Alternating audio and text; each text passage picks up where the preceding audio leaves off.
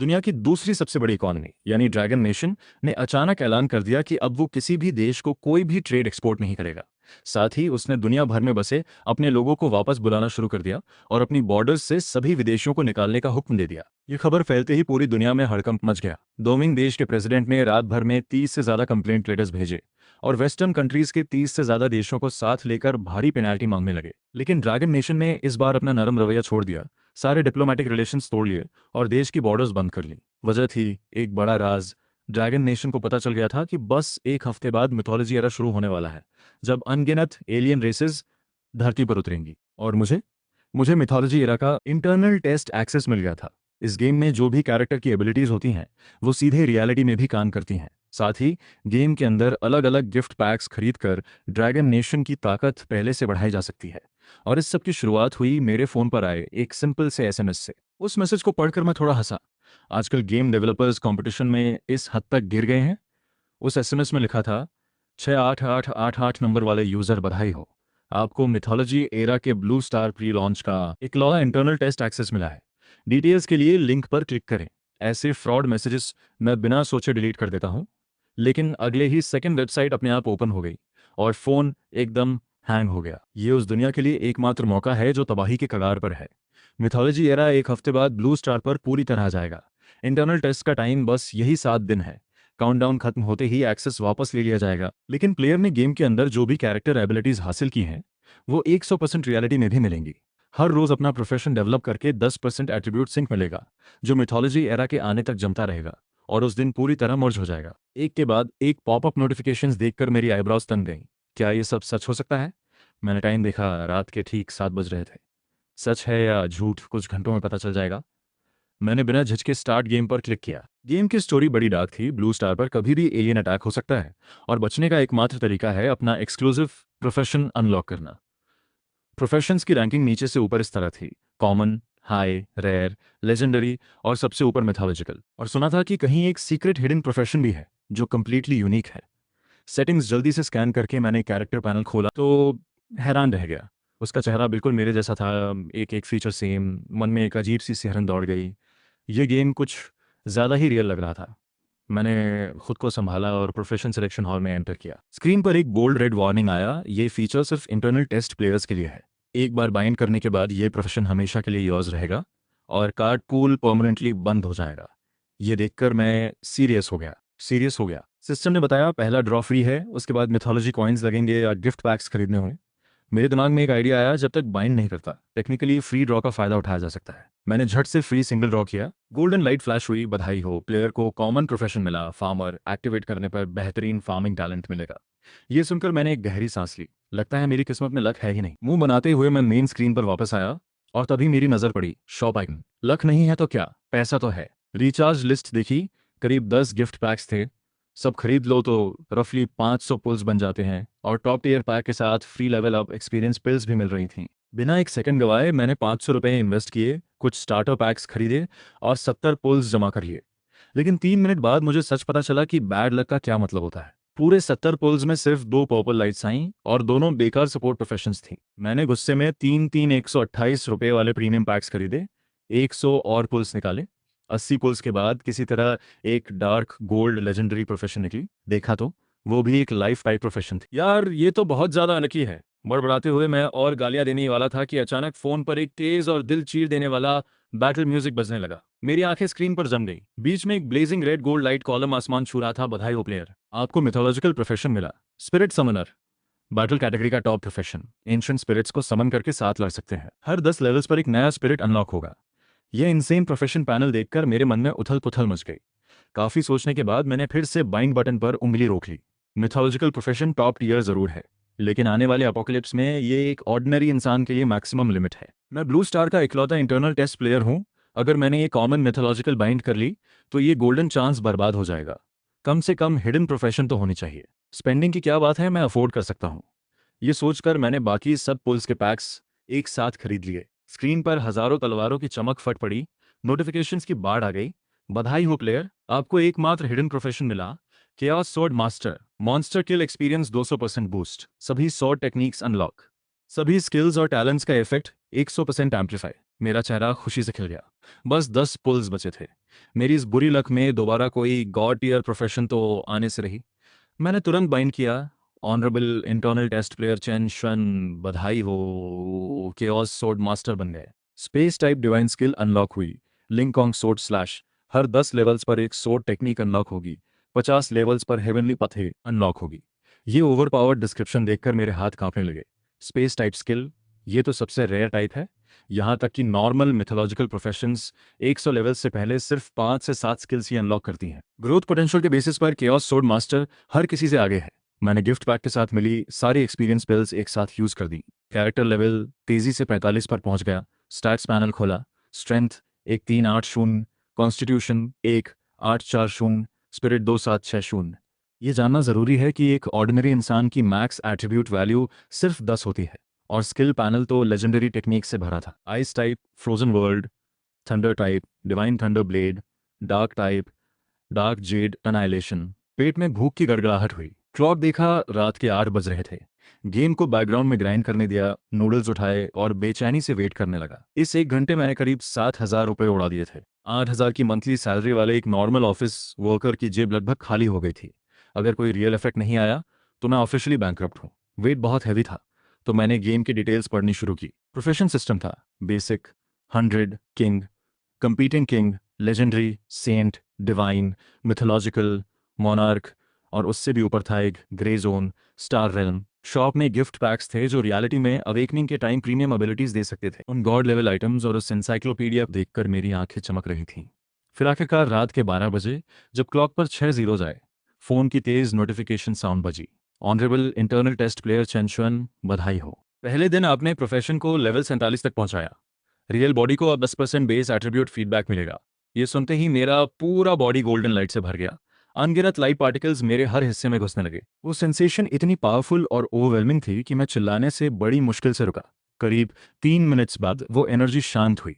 मुझे लगा मैं एक पंच में दीवार तोड़ सकता हूँ। खून नहीं निकला, बस एक हल्की सी वाइट लाइन रह गई। मैं पूरी तरह पागल हो गया खुशी से। एक हाथ से स्टील कुकिंग पॉट उठाया, थोड़ा सा फोर्स लगाया और वो सॉलिड पॉट एक बॉल की तरह मुड़ गई। ये तो सिर्फ पहले दिन का सिर्फ 10% फीडबैक था। पूरा इफेक्ट आने पर कहाँ पहुंचूंगा। खुशी के बाद मैंने खुद को काम किया। 1 हफ्ते बाद मिथोलॉजी एरा ह्यूमैनिटी के लिए एक्सटिंक्शन लेवल थ्रेट है। न्यूक्लियर वेपन्स भी काम आएंगे या नहीं ये कहना मुश्किल है, और अगर काम आए भी तो उनका साइड इफेक्ट कोई भी बड़ा देश झेल नहीं सकता। अगर मैं अभी सब कुछ गवर्नमेंट को बता दूं और पूरा देश मेरी मदद के लिए खड़ा हो जाए तो इस 1 हफ्ते में मैं किस लेवल तक पहुंच सकता हूं। अगले दिन सुबह मैं सीधे लिन टोंग के ऑफिस में घुस गया। लिन टोंग मेरी पुरानी क्लाइंट थी और सुना था उसके पीछे काफ़ी बड़े कनेक्शंस थे, इसीलिए मैंने उसे चूज़ किया।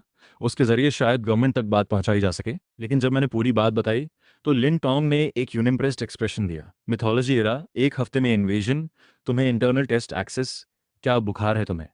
उसकी ये रिएक्शन मुझे पहले से पता थी। मैं प्रूव कर सकता हूँ। मैं चुपचाप उठा, उस हैवी स्टोनवुड ऑफिस डेस्क के सामने खड़ा हो गया और उसकी आंखों में देखते हुए बोला, यही वो पावर है जो मुझे मिली है। और एक जोरदार पाम स्ट्राइक मारा। लिन टोंग की आंखें सिकुड़ गईं। वो खड़ी हो गई। उसे पता था दुनिया में एंशिएंट मार्शल आर्ट्स मास्टर्स होते हैं, लेकिन टॉप टियर मास्टर्स भी स्टोन डेस्क को पाउडर नहीं बना सकते। ये सब नहीं है। मैं उसके पास गया और शांत आवाज में बोला, ऑफिस बहुत छोटी है, यहाँ ठीक से दिखा नहीं सकता। लिन टोंग की चेस्ट तेजी से उठ रही थी। उसने मुझे एक अलग नज़र से देखा। वो समझ गए कि अगर मेरे पास इतनी टेरिफाइंग पावर है तो मिथोलॉजी एरा की इन्वेजन भी सच हो सकती है। तुम्हारा मकसद क्या है। उसकी आवाज़ थोड़ी कांप रही थी। गवर्नमेंट के साथ कोऑपरेट करना। मेरी आंखें फर्म थीं। 1 हफ्ते कम है, लेकिन पूरा देश साथ दे तो ड्रैगन नेशन की डेस्टिनी बदल सकती है। लिन टॉन्ग ने बिना टाइम वेस्ट किए एक एनक्रिप्टेड नंबर डायल किया और फ़ोन मुझे दे दिया। उधर से एक बुजुर्ग लेकिन बेहद अथॉरिटी वाली आवाज़ आई, चिन यंग फ्रेंड, जो तुमने कहा, क्या वो सच है। बिल्कुल। ये बॉडी स्ट्रेंथ के अलावा भी मेरे पास और तरीके हैं प्रूव करने के, लेकिन उसके लिए गवर्नमेंट लेवल फंडिंग चाहिए। मैंने बिना झिझक के कहा, ठीक है, लिन टॉन्ग के ऑफिस में रुको, मैं अभी लोग भेज रहा हूँ। फोन रखते ही दूर बीजिंग में लिन लाओजी ने मन ही मन सोचा, 80 साल की जिंदगी में इससे बड़ा अजीब किस्सा कभी नहीं सुना। लेकिन देश के वजूद का सवाल था। 1% चांस भी हो तो तुरंत जुम्ना नाई को इन्फॉर्म करना जरूरी था। वेट के दौरान मैंने गेम खोला, बैकग्राउंड में ग्राइंड चलता रहा। लेवल 50 पहुंचते ही सिस्टम ने नोटिफिकेशन दिया, बधाई हो प्लेयर चंशवन, प्रोफेशन लेवल 50 हो गया। टैलेंट ड्रॉ पूल अनलॉक हुआ। किंग रिल्म से पहले मैक्सिमम 5 टैलेंट सिलेक्ट होंगे। प्रोफेशन स्किल ट्रेनिंग और वुटोंग डीमन मिरर डंजन भी अनलॉक हुए। अब रियल पावर बूस्ट का मौका था। लेकिन जब मैंने खुशी से शॉप खोला, मेरा मुंह खुला का खुला रह गया। सबसे सस्ता beginner talent gift pack, 2 lakh रुपये। एडवांस्ड पैक 12,80,000 रुपये और स्किल स्क्रोल्स सबसे लोएस्ट वाइट स्क्रोल 10 लाख रुपए से शुरू। मेरी जो थोड़ी बहुत सेविंग्स थी वो इन सब के सामने जीरो थी। यही असली रीज़न था गवर्नमेंट के साथ कोऑपरेट करने का। तभी दरवाजे पर जोरदार नॉक हुई, डोर खुला, 10 से ज़्यादा फुल्ली आर्म्ड सोल्जर्स अंदर आए। चैंसलर और लिन मैडम हमारे साथ चलिए। बिल्डिंग के बाहर आए तो कॉरिडोर में 20 से ज़्यादा एलीट सोल्जर्स और खड़े थे, और जब हम मेन गेट पर पहुंचे 7 heavy armoured bullet proof vehicles की कॉन्वॉय तैयार खड़ी थी। गवर्नमेंट मशीन की स्पीड देखकर मैं दंग रह गया। 30 मिनट्स में कॉन्वॉय एक टॉप सीक्रेट मिलिट्री बेस पर पहुंची।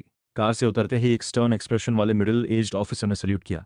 चैन सर, मैं डोंगफोंग बेस का कमांडर लिन जेने हूँ, प्लीज एक एक्सट्रीम टेस्ट में कोऑपरेट करें। मैंने हाँ किया और उनके साथ चल दिया।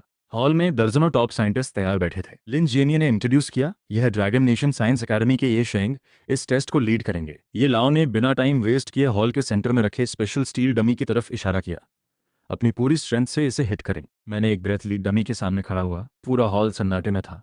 सब लोगों की सांसें रुकी हुई थी, यहाँ तक कि बीजिंग में जोंगनानहाई में बैठे ड्रैगन नेशन के टॉप ऑफिशियल्स भी मॉनिटर्स पर आंखें जमाए हुए थे। मैंने पंच मारा, बूम, एक कान फाड़ने वाली आवाज के साथ वो काइटन का प्योर स्टील डमी एक कैनन बॉल की तरफ फ्लाई करके जा गिरा। उसके थिक मेटल चेस्ट में एक बड़ा होल हो गया था। पूरा हॉल साइलेंट हो गया। लिन टोंग ने एक लॉन्ग ब्रेथ ली। अब उसे समझ आया कि जब मैंने उसकी स्टोन डेस्क तोड़ी थी तो मैं एक्चुअली कंट्रोल में था। डेटा, डेटा, जल्दी। ये लाओ की आवाज उत्साह में कांप रही थी। असिस्टेंट स्क्रीन पर जो नंबर्स थे उन्हें देखकर बोला, बेस स्ट्रेंथ 4,000 किलोग्राम से ऊपर। ये सुनते ही उस बड़े बेस हॉल में सुई गिरे तो भी सुनाई दे, मॉन्स्टर। ये एक ही थॉट सबके दिमाग में एक साथ आया। वहां मौजूद हर इंसान एलीट था। सबको पता था एंशिएंट मार्शल आर्ट्स मास्टर्स होते हैं, लेकिन उनकी जानकारी के अकॉर्डिंग सबसे top tier ancient martial artist की बेस स्ट्रेंथ भी 2,000 किलोग्राम से ज्यादा नहीं होती। पूरा एक्सट्रीम टेस्ट कंप्लीट होने के बाद सब एक्सपर्ट स्पीचलेस थे। लिन जेनिया मुझे एक प्राइवेट रूम में ले गए और एक एन्क्रिप्टेड लैपटॉप दिया। स्क्रीन पर ड्रैगन नेशन के कुछ टॉप ऑफिशियल्स बैठे थे। मैंने नर्वसली एक मिलिट्री सल्यूट किया। हेलो सर, चिनशुआन कॉमरेड, बैठो, सब कुछ डिटेल में बताओ। मैंने एक डीप ब्रेथ ली और गेम और इंटरनल टेस्ट एक्सेस की पूरी बात बता दी। मतलब अभी जो टेरिफाइंग पावर तुमने दिखाई वो सिर्फ 10% बेस फीडबैक है। ऑफिशियल्स की हैरानी छुप नहीं रही थी। लिन जेने में भी एक शार्प ब्रेथ ली। हाँ, हर दिन प्रोफेशन डेवलप करते रहने से यह फीडबैक स्टैक होता रहेगा, मैंने क्लियरली कहा। ऑफिशियल्स की एक्सप्रेशंस सीरियस हो गई। एक सीनियर बोले, कॉमरेड, यह मैटर देश की डेस्टिनी से जुड़ा है, हमें और सॉलिड प्रूफ चाहिए। मैंने थोड़ा ऑकवर्ड फील किया और बोला, गेम शॉप में आइटम्स हैं जो रियलिटी में डायरेक्टली मटेरियलाइज हो सकते हैं। प्रॉब्लम यह है कि मेरे पास पैसे नहीं है। ऑफिशियल्स ने एक दूसरे को देखा और फिर हल्के से मुस्कुराए। टेंशन थोड़ी कम हुई। कितना चाहिए? देश तुम्हें डिसअपॉइंट नहीं करेगा, 5 लाख काफ़ी हैं। ये कहते ही बिना अकाउंट नंबर मांगे मेरे फ़ोन पर 5 लाख के ट्रांसफ़र का मैसेज आ गया। गवर्नमेंट की एफिशिएंसी देखकर मैं दंग रह गया। मैंने बिना डिले किए उनके सामने ही वो गिफ्ट पैक बाय किया जो मैं पहले से देख रहा था। भनभनाहट हुई। वर्चुअल स्पेस वाटर की तरह रिपल करने लगी। एक कलरफुल रेडिएंट सोर्ड एयर में से निकलकर ऑफिस के बीच में फ्लोट करने लगी। ऑफिशियल्स की प्यूपिल्स सिकुड़ गई। पूरे बॉडी के मसल्स 1 सेकंड में टेंस हो गए। इस डिस्टेंस पर अगर मैं चाहूं तो उन्हें मार सकता था। ये डिवाइन वेपन है, बुलेट प्रूफ आर्मर को भी आसानी से कट कर सकती है। ये मिरेकल देखकर ऑफिशियल्स ने एक डीप ब्रेथ ली। थोड़ा रुको, हमें इमरजेंसी डिस्कशन करनी है। वीडियो कॉल कट हो गई। वेट के दौरान मैंने गेम चेक किया। बैकग्राउंड ग्राइंड से लेवल 52 हो गया था। आधे घंटे बाद स्क्रीन पर आई। ऑफिशियल्स की आंखों में एक अनप्रेसिडेंटेड रिजॉल्व था। देश का डिसीजन है, आज से एक इंटरनल कैबिनेट लेवल एजेंसी बनाई जाएगी, मिथोलॉजी स्पेशल ब्यूरो। तुम उसके डायरेक्टर बनोगे, लिन जेनिया डेप्यूटी रहेंगे। हेडक्वार्टर्स डोंगफोंग बेस में होगा। अगले 1 हफ्ते देश के सारे रिसोर्सेज तुम्हारे लिए। और पहला ऑर्डर होगा, नेशनल ट्रेजरी की पूरी फंड्स लगाकर गेम लेवल मैक्सिमम तक बढ़ाओ। ये सुनकर मेरा दिमाग घूम गया। मैं तो बस थोड़े पैसे मांगने आया था, डायरेक्टर कब बन गया। चेनशुआन कॉमरेड, खुद को अंडरएस्टिमेट मत करो। ब्लू स्टार पर तुम्हारा एक्सेस यूनिक है, देश को तुम पर भरोसा है और तुम्हें भी खुद पर करना होगा। ऑफिशियल्स की ये बात सुनकर मेरा खून गर्म हो गया। मैं सीधे खड़ा हो गया। हाँ, मैं चेनशुआन ड्रैगन नेशन की रक्षा के लिए पूरी जान लगा दूंगा। कॉल एंड हुई। लिन जेने ने तुरंत प्रोफेशनल मोड में आते हुए कहा, डायरेक्टर, प्लान क्या है? मैंने सोचा और बोला, मिथोलॉजी एरा के शुरू होते ही एक इनिशियल वेव आएगी।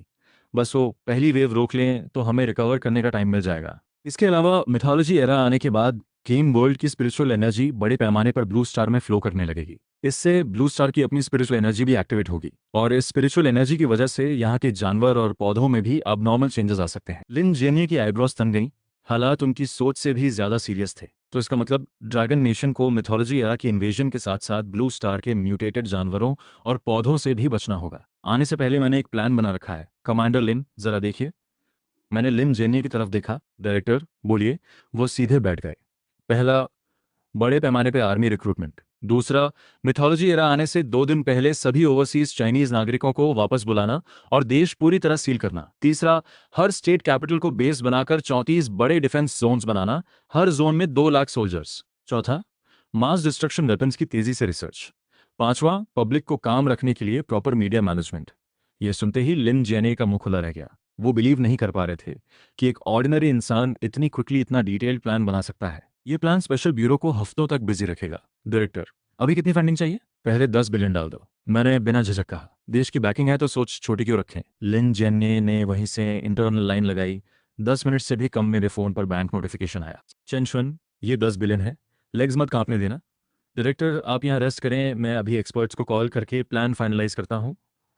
लिन जेने ने एक सल्यूट किया और तेजी से निकल गए। अब मेरी रैंक उस मेजर जनरल से भी ऊपर थी। रूम में अकेला रहते ही मैंने फोन निकाला और एक बिल्कुल बेरोक टोक शॉपिंग स्प्री शुरू की। शॉप में मौजूद ओवरप्राइज्ड गिफ्ट पैक्स देखकर मैंने एक ठंडी हंसी दी। टैलेंट पैक्स खरीदो, स्किल स्क्रॉल्स सब खरीदो, बिना एक सेकंड गंवाए पुल्स शुरू किए। चीप टैलेंट्स को आंख उठाकर भी नहीं देखा और आखिरकार एक ब्लेजिंग गोल्डन लाइट के साथ एक अल्टीमेट मिथोलॉजिकल टैलेंट आया, sword heart clarity. Top tier mythological talent danger को पहले से सेंस करता है और सब इफेक्ट्स एम्पलीफाई करता है। ये देखकर मैंने फौरन बाइंड किया और पुलिंग जारी रखी। बस आधे घंटे में कॉरे 5 टॉप मिथोलॉजिकल टैलेंट्स कलेक्ट हो गए। केओस, सोर्ड, जेड, सभी सोर्ड टेक्निक्स मर्ज करके किंग रेल्म ब्रेक करने की absolute pre condition.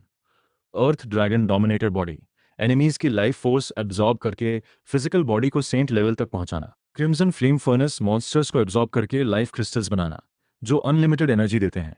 Ecliptic nirvana, death के कगार पर ट्रिगर होने वाला रिबर्थ, बॉडी पूरी तरह ट्रांसफॉर्म्ड। ये पांचों इंसेन टैलेंट्स देखकर मैं जोर से हंसा। सोर्ड जेड हाथ में है, डोमिनेटर बॉडी पर है, निर्वाणा डेथ से बचाएगा और पीठ पर पूरा ड्रैगन नेशन खड़ा है। अब कौन टक्कर लेगा? मैंने सारे स्किल स्क्रोल्स यूज किए और हर स्किल को मैक्सिमम लेवल तक पहुंचा दिया। बस एक्सपीरियंस पिल्स मंथली लिमिट की वजह से रुकना पड़ा, वरना आज तो लेवल 100 तक जरूर पहुंचता। ड्रैगन नेशन के बड़े इंटरेस्ट को देखते हुए मैंने शॉप से वो सारे स्पेशल अवेकनिंग पैक्स भी स्वीप कर लिए जो ऑर्डिनरी लोगों को मिथोलॉजी एरा आने से पहले अवेकन करा सकते थे। इस क्रेज स्पेंडिंग के दौरान पूरे डोंगफेंग बेस की सिक्योरिटी हाईएस्ट सीक्रेट लेवल पर अपग्रेड हो गई।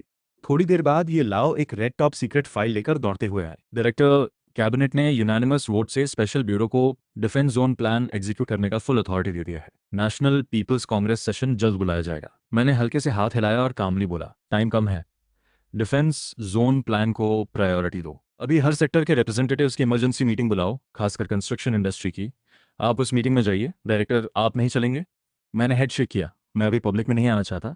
उन्हें डिटेल्स बताने की जरूरत नहीं, पैनिक फैलेगा। सेंट्रल कमांड दे दो डायरेक्टली। रिक्रूटमेंट, ओवरसीज सिटीजन्स की वापसी, पावरफुल वेपन्स की रिसर्च, सब साइमल्टेनियसली चलने चाहिए। सच कहूँ तो मुझे मीटिंग में जाकर लोगों से डिबेट करने कोई इंटरेस्ट नहीं था। मेरा काम था बिग पिक्चर देखना। एग्जीक्यूशन पूरी तरह लिन जेने पर था। जी डायरेक्टर। लिन जेने ने ओके किया, फिर दरवाजे की तरफ मुड़कर बोले, शाओटोंग अंदर आओ। डायरेक्टर, आगे का समय आप शायद बेस से बाहर ज़्यादा रहें, इसलिए मैंने आपके लिए एक पर्सनल सेक्रेटरी अरेंज किया है। दरवाज़ा खुला और काले सफ़ेद फॉर्मल सूट में लिन टॉन्ग दाखिल हुई। मेरा मुंह एक सेकंड के लिए खुला रह गया। तियानाई सिटी गवर्नमेंट ऑफिस की डायरेक्टर मेरी सेक्रेटरी बन गई। तब जाकर मुझे एहसास हुआ मिथोलॉजी स्पेशल ब्यूरो डायरेक्टर ये टाइटल कितना पावरफुल था। उसी वक्त बीजिंग के पीपल्स हॉल में हर सेक्टर के टॉप रिप्रेजेंटेटिव्स को इमरजेंसी में बुलाया गया था। स्पेशल पुलिस, आर्म्ड गार्ड चारों तरफ थे। लिन जेनिए फुल मिलिट्री यूनिफॉर्म में स्टेज पर खड़े हुए। बिना एक एक्स्ट्रा वर्ड बोले उन्होंने red top secret file number 1 खोली। कैबिनेट का हाईएस्ट ऑर्डर अभी जारी होता है। तत्काल प्रभाव से सभी मौजूदा नेशनल पॉलिसीज बंद। देश की पूरी ताकत डिफेंस जोन प्लान में लगेगी। सभी कंस्ट्रक्शन और माइनिंग कंपनीज बिना किसी कंडीशन के देश को कोऑपरेट करेंगी। पूरे हॉल में सन्नाटा छा गया। 1 अरब से ज्यादा आबादी वाले देश को रोककर एक ही काम में लगा देना, ये किसी बड़े भूकंप से कम नहीं था। जैसे ही हॉल की डोर्स खुली, इंटरनेट पर एक तूफान आ गया। मिथोलॉजी स्पेशल ब्यूरो नाम का एक नया ऑफिशियल अकाउंट ट्रेंडिंग में टॉप पर आ गया। 3 आयरन क्लैड ऑर्डर्स एक साथ पूरी दुनिया को हिला गए। पहला order, defence zone plan immediately शुरू, पूरे देश के कंस्ट्रक्शन वर्कर्स को कॉल। दूसरा ऑर्डर, आर्मी 8 मिलियन तक एक्सपैंड करो। 20 से 40 साल के यंग लोग और रिटायर्ड सोल्जर्स अभी अप्लाई करें। तीसरा ऑर्डर, ओवरसीज चाइनीज नागरिकों के लिए डेडलाइन वापस आओ। डेडलाइन के बाद ड्रैगन नेशन पूरी तरह सील, जो रह जाएगा उसे लाइफ टाइम बैन। ये 3 ऑर्डर्स देखते ही फॉरेन मीडिया हैरान रह गई। सबको लगा ड्रैगन नेशन में राइट होगा, लेकिन वीबो पर जो कमेंट्स थे वो देखकर रोंगटे खड़े हो गए। 3 साल का वेटरन रिपोर्टिंग फॉर ड्यूटी, 5 साल का वेटरन रेडी, एक कंस्ट्रक्शन कंपनी, 1 लाख वर्कर्स, जब बोलो तब। ड्रैगन नेशन की ये एकजुटता देखकर दुनिया के लीडर्स की हालत खराब हो गई। यूएसए के नेता चिल्लाए, 8 मिलियन आर्मी। ड्रैगन नेशन करना क्या चाहता है? वर्ल्ड वॉर 3 लाना है क्या? इनकी जांच करो। दूसरे देशों के लीडर्स भी क्रेजी हो गए। टॉप नेता ने एक शॉर्ट और इनडायरेक्ट वार्निंग दी, दुनिया बड़ा बदलाव देखने वाली है, सब अपना अपना देख लें। लेकिन आराम में डूबे फॉरेन लीडर्स ने इसे सीरियस नहीं लिया, उल्टा ड्रैगन नेशन पर पैनिक फैलाने के आरोप लगाने लगे। इंटरनेट पर हलचल थी, दुनिया हिल रही थी। ड्रैगन नेशन के सारे प्राइम टाइम न्यूज चैनल्स पर स्पेशल ब्यूरो के ऑर्डर्स लूप हो रहे थे। तियानहाई सिटी की एक रोड साइड ढाबा में 7 मोटे काले मिडिल एज्ड मैन बैठे थे। सबके चेहरे पर हताशी थी। एक ने कहा, अरे यार, मेरे सारे वर्कर्स भूखे मर रहे हैं। एक ने मुंह लटकाकर जवाब दिया, लगता है तुम समझ रहे हो, मैं नहीं समझता। मैंने तो अपनी सेविंग्स भी लगा दी, फिर भी कोई फायदा नहीं। उनकी 5060 लोगों की कंस्ट्रक्शन क्रू बिल्कुल टूटने के कगार पर थी। तभी टीवी पर न्यूज एंकर की आवाज आई, ब्रेकिंग न्यूज, आज 4:20 पर सेंट्रल गवर्नमेंट ने रेड डॉक्यूमेंट नंबर 1 जारी किया है। नई मेथोलॉजी स्पेशल ब्यूरो इसे एग्जीक्यूट करेगी। अब से क्लैंग, एक शख्स ने एक पैर में चेयर उठाकर पटक दी। वो खड़ा हो गया, टीवी को देखता रहा, आंखें लाल हो गई थीं। भाई लोग, देश ने बुलाया है, हम हाँ बोलते हैं। उसने ग्लास उठाया, आवाज कांप रही थी। ये ग्लास पियो, कल सुबह सब मेरे साथ रिपोर्ट करने चलना। उस रात अनगिनत डेस्परेट कंस्ट्रक्शन वर्कर्स और रिटायर्ड सोल्जर्स जो उम्मीद खो चुके थे, खुशी से उठ खड़े हुए। आर्मी लाइफ मुश्किल थी, लेकिन देश ने एक बार बुला लिया तो जाना जरूरी था। बस कुछ ही घंटों में ये लहर पूरी दुनिया तक पहुंच गई। रात के 7 बजे ड्रैगन नेशन के दुनिया भर के एम्बेसीज ने एक साथ नोटिस जारी किया, सभी चाइनीज नागरिकों को 2 दिन में वापस आना होगा। डेडलाइन के बाद सभी स्टाफ वापस बुला लिए जाएंगे। पूरी दुनिया में खलबली मच गई। नेशनल पॉलिसीज बंद, 8 मिलियन आर्मी, देश पूरा सील। ट्विटर पर फॉरेन नेटिजन्स मजाक उड़ाने लगे। कुछ चाइनीज स्टूडेंट्स अब्रॉड भी बोलने लगे, हम फ्रीडम चाहते हैं, वापस नहीं जाएंगे, चाहे कुछ भी हो। उसी वक्त डोंगफेंग बेस के बड़े कॉन्फ्रेंस रूम में मैं हेड सीट पर बैठा था। मेरे बगल में लिन जेन्यू थे, सामने हंड्रेड्स ऑफ टॉप एक्सपर्ट्स बैठे थे जिन्होंने highest level secrecy agreement sign किए थे। इंटरनेट पर क्या हो रहा है? लिन जेन्यू ने टेबल थपथपाया। नेटवर्क टीम का हेड उठा, मेरी तरफ एक नर्वस नजर डाली और बोला, डोमेस्टिक मूड बहुत पॉजिटिव है, लेकिन इंटरनेशनल लेवल पर नेगेटिविटी है। स्पेशली कुछ ओवरसीज स्टूडेंट्स ने ट्विटर पर काफी बैड कंटेंट डाला है। वहां बैठे सब लोग एक्सपीरियंस थे, लेकिन मेरे जैसे यंग और मिस्टीरियस डायरेक्टर के सामने सबके मन में एब्सोल्यूट रिस्पेक्ट था। मैंने सबकी नज़रों में देखा और ठंडे लहजे में बोला, जो अपनों के खिलाफ हैं उन्हें मनाने की जरूरत नहीं, बस उन लोगों का ख्याल रखो जो देश से प्यार करते हैं। जाना है तो जाए, हम उनके पीछे नहीं भागेंगे। सबने एक दूसरे को देखा और हेड नॉट किया। मैंने कंस्ट्रक्शन टीम की तरफ देखा। 34 डिफेंस जोन्स प्रिपरेशंस कहाँ तक पहुंची? सभी कंस्ट्रक्शन कंपनीज और प्राइवेट क्रूज रात भर में असेंबल हो गए। मटेरियल्स तेजी से ट्रांसपोर्ट हो रहे हैं, कल से फुल स्पीड वर्क शुरू होगा। इंचार्ज ने जोर से जवाब दिया। मैंने हल्के से हाथ उठाया और फाइनल ऑर्डर दिया, हर वर्कर को पूरा पेमेंट, कोई कटौती नहीं। साथियों, ये बड़ा बदलाव खतरनाक भी है और एक बड़ा मौका भी। अगर पूरा देश एक साथ खड़ा हो तो ये तबाही नहीं, बल्कि ड्रैगन नेशन के उभरने का सबसे बड़ा चांस बन जाएगा। एकजुट होकर लड़ेंगे। ये सुनते ही पूरे रूम के हंड्रेड्स एक्सपर्ट्स के चेहरे लाल हो गए। सब एक साथ जोर से बोले। मीटिंग खत्म हुई। मैं टॉप सीक्रेट रूम में वापस आया और आज के प्रोफेशन फीडबैक का वेट करने लगा। इन कुछ घंटों की क्रेजी स्पेंडिंग में मेरा कैरेक्टर लेवल 57 तक पहुंच गया था। स्टैट्स में बहुत बड़ा चेंज आया था। मैंने पैनल खोला। Character Chenshun, profession chaos sword master, level 57, strength 4134 earth dragon dominator body plus 1000, constitution 4972 earth dragon dominator body plus 700, spirit 6168, equipment Zhenwu divine sword spirit rank, talents sword heart clarity, chaos sword domain, earth dragon dominator body, crimson flame furnace, ecliptic nirvana. याद रहे, एक normal adult इंसान की strength, constitution, spirit तीनों की max value सिर्फ 10 होती है। ये पैनल देखकर मैंने एक हल्की सांस ली। शायद मेरी ट्रांजिएंट बैकग्राउंड की वजह से मेरी स्पिरिट वैल्यू शुरू से ही ऑर्डिनरी लोगों की मैक्सिमम से ऊपर थी। इसी वजह से स्पिरिट बाकी स्टैट से काफ़ी आगे है। खुशकिस्मती से अर्थ ड्रैगन डोमिनेटर बॉडी मिल गई। इस टैलेंट को जितना अपग्रेड करूंगा, स्ट्रेंथ और कॉन्स्टिट्यूशन भी उसी के साथ बढ़ती रहेंगी। ये प्रोफेशन का एक ऐसा ग्रोथ पैटर्न है जो बहुत लोगों के लिए अनफेयर है, क्योंकि ये पूरी तरह अवेकनर के इनिशियल स्टैट्स पर डिपेंड करता है। मेरी इनिशियल स्ट्रेंथ 6, कॉन्स्टिट्यूशन 8, स्पिरिट 12 थी। ये बहुत वीक स्टार्टिंग पॉइंट था। इस डिसएडवांटेज को ओवरकम करने के 2 तरीके हैं, या तो टैलेंट या फिर मिथोलॉजी एरा के बाद आने वाली स्पिरिचुअल एनर्जी से मिलने वाले special chances. Boom! Power feedback रुका नहीं। एक मैसिव वार्म वेव बॉडी में घुसी और हर सेल को रिमॉडल करने लगी। 10 मिनट्स बाद रियल वर्ल्ड स्टैट्स थे। स्ट्रेंथ 413.4, कॉन्स्टिट्यूशन 497.2, स्पिरिट 616.8, सबसे कम स्ट्रेंथ भी ऑर्डिनरी इंसान से 40 गुना ज़्यादा थी। मैंने हल्के से फिस्ट बनाया, एयर में लगातार शार्प सोनिक बूम्स होने लगे, पूरे रूम की चीज़ें हिल गईं। इस मैसिव पावर को फील करके मैंने शॉप खोला। देश की बैकिंग है, 3 ही वर्ड्स हैं, बाय बाय बाय। 100 ऑर्डिनरी लोगों को अवेकन करा सकने वाले स्पेशल अवेकनिंग पैक्स, 1 बिलियन रुपए पर पैक। 3 बिलियन एक झटके में गए, आंख तक नहीं झपकाए। फिर बिना रुके next purchase 310 LEVEL UP experience pills वाला पैक, 300 मिलियन। खुद की लेवल के मामले में 1 सेकंड की देरी नहीं चलती। और तभी शॉप में एक सरप्राइज दिखा, रियलिटी में डायरेक्टली यूजेबल एक्सपीरियंस पिल्स का grand pack. Price 3 billion. 100 experience pills थे, लेकिन सिर्फ लेवल 30 और नीचे के लिए। नो क्वेश्चन आस्क्ड, सब ले लिया। बिना किसी फिक्र के क्रेजी स्पेंडिंग का वो थ्रिल असली था। लेवल 80 तक पहुंचे, कैरेक्टर को वुटोंग डीमन मिरर डंजन में छोड़कर ग्राइंड पर लगाया और फिर बेफिक्र होकर सो गया। अगले दिन तियानहाई सिटी के एक डिफेंस जोन कंस्ट्रक्शन साइट पर। गुड मॉर्निंग दोस्तों, welcome to defence zone construction site. मैं एंकर मेंग मेंग हूँ। एक स्वीट लुकिंग लड़की कैमरा की तरफ मुस्कुराते हुए हैंड वेव कर रही थी। मिथोलॉजी स्पेशल ब्यूरो के ऑर्डर्स के बाद पूरा इंटरनेट गजब हो गया था। क्लाउड के लिए बड़े बड़े स्ट्रीमर्स सुबह होते ही कंस्ट्रक्शन साइट्स पर जमा हो गए थे। दोस्तों देखो, सिर्फ एक रात में सारी हैवी कंस्ट्रक्शन मशीनरी यहाँ आ चुकी है। बस वर्कर्स आए और पूरा काम शुरू। यही है ड्रैगन नेशन की स्पीड। बाकी इंफ्रास्ट्रक्चर में पूरी दुनिया में ड्रैगन नेशन को कोई बीट नहीं कर सकता। दूर से साइट फोरमैन हुआ लॉन्ग अपने दर्जनों वर्कर्स के साथ तेज कदमों से आ रहा था। मेंग मेंग फोन उठाकर दौड़ते हुए उनसे मिलने गई। एक्सक्यूज मी, इतना बड़ा काम, इतने कम टाइम में आपको कॉन्फिडेंस है? हुआ लॉन्ग रुका, कैमरा को सीधे देखा, साफ और जोरदार आवाज में बोला, खुद पर नहीं तो देश पर भरोसा रखो। पूरा देश जब एक काम में लग जाता है तो कोई भी काम इम्पॉसिबल नहीं। इंटरव्यू खत्म, काम शुरू। सुबह की सुनहरी धूप दर्जनों वर्कर्स की डिटरमाइंड पीठ पर पड़ रही थी, मानो किसी फिल्म का सीन हो। Camera cut. इस मोमेंट को मॉनिटर पर देखकर मेरे मन से एक बात निकली, यार मेरे पिताजी भी आ गए। लगभग 50 साल के हैं और आर्मी ज्वाइन कर रहे हैं। क्या सोच रहे हैं? टैबलेट की मॉनिटरिंग वीडियो में कैमोफ्लैज सूट पहने पिताजी रिक्रूटमेंट ऑफिसर से आर्ग्यू कर रहे थे।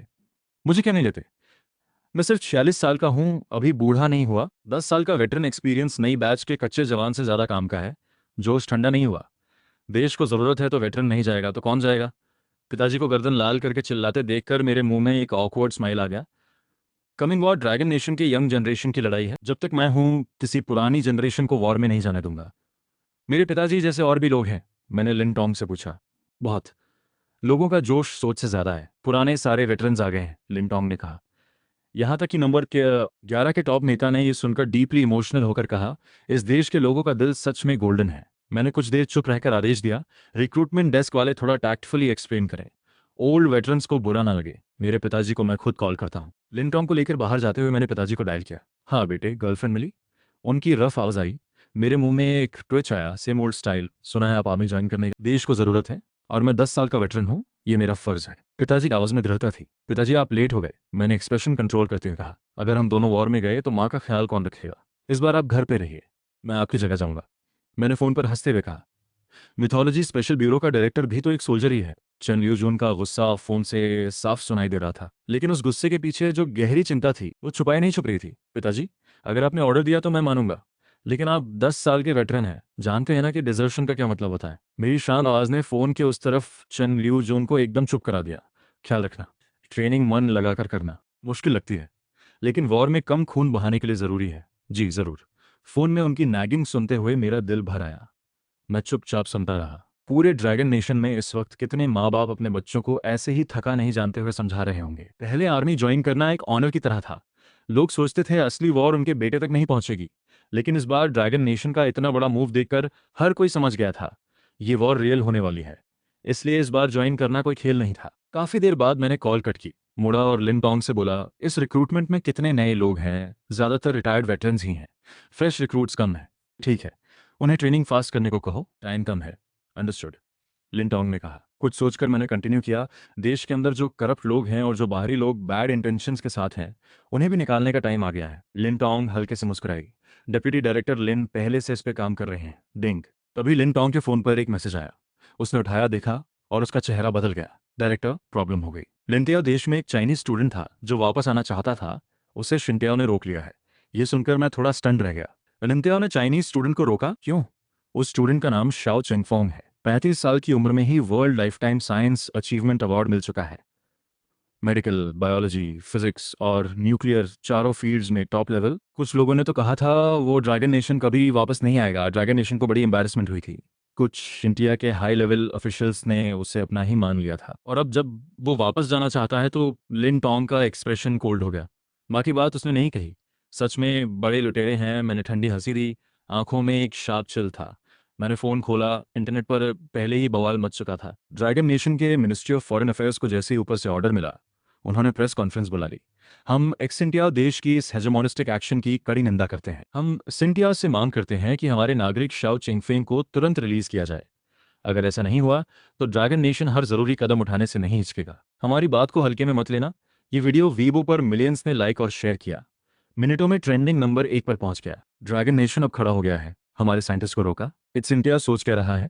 उम्मीद है देश इस बार एंड तक स्ट्रांग रहे। ट्विटर पर भी फॉरेन यूजर्स ने लिखा, ये अच्छी खबर नहीं, ईस्टर्न लायन जाग रहा है। मिथोलॉजी स्पेशल ब्यूरो के बाद एक बार फिर ड्रैगन नेशन पूरी दुनिया में चर्चा का सेंटर बन गया।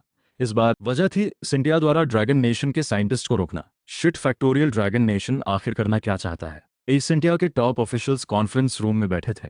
सबके एक्सप्रेशंस बदलते रह रहे थे, कुछ डर भी था। सच कहें तो शाओ चिंगफन को रोकने के पीछे दो रीजंस थे। पहला, वो इस जीनियस साइंटिस्ट को ड्रैगन नेशन नहीं जाने देना चाहते थे। ड्रैगन नेशन पहले से ही काफी पावरफुल था। दूसरा रीजन था ड्रैगन नेशन के recent moves. Mythology special bureau के ऑर्डर्स के बाद ड्रैगन नेशन लगातार बड़े एक्शंस ले रहा था। पहले 34 डिफेंस जोन्स, फिर मास प्रोक्योरमेंट, ओवरसीज सिटीजन्स की वापसी, एम्बेसीज का रिकॉल, और तो और रिसेंटली उन्होंने फॉरेन एम्बेसडर्स को फोर्स से निकालने की भी तैयारी शुरू कर दी थी। इंशतियाओ का एम्बेसी भी 2 दिन के अंदर निकलने का ऑर्डर मिल गया था। चारों तरफ ड्रैगन नेशन के सोल्जर्स खड़े थे। पहले लगा था ड्रैगन नेशन बस दिखावा कर रहा है, लेकिन अब साफ हो गया वो सीरियस है। वेस्टर्न कंट्रीज चाहे जितना मजाक उड़ाएं, लेकिन जब ये पुराना ईस्टर्न देश सीरियसली मूव करे तो कोई भी नहीं हंसता। सबसे ज्यादा घबराहट इंक्स्टियाओ को थी। वो जानना चाहते थे ड्रैगन नेशन आखिर प्लान क्या कर रहा है। ये नॉट नोइंग वाली फीलिंग उन्हें अंदर से खाए जा रही थी। वो हमेशा कंट्रोल में रहना चाहते थे। ये सिचुएशन उनसे हैंडल नहीं हो रही थी। प्रेसिडेंट, ड्रैगन नेशन का एक aircraft carrier fleet.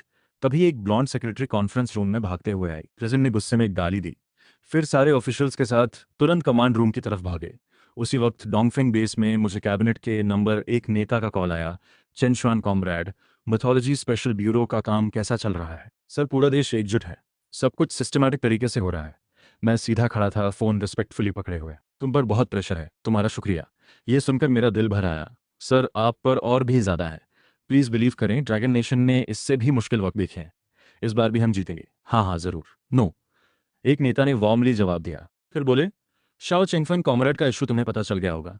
Dragon nation का हर नागरिक इंपॉर्टेंट है। हम इस सेंसिटिव टाइम में दूसरे देशों से वॉर नहीं चाहते। हमारा असली दुश्मन मिथोलॉजी एरा है, दूसरे देश नहीं। लेकिन अगर सिचुएशन बिगड़ गई तो मैं चाहूंगा कि तुम पर्सनली शाओ चिंगफन को वापस लाओ।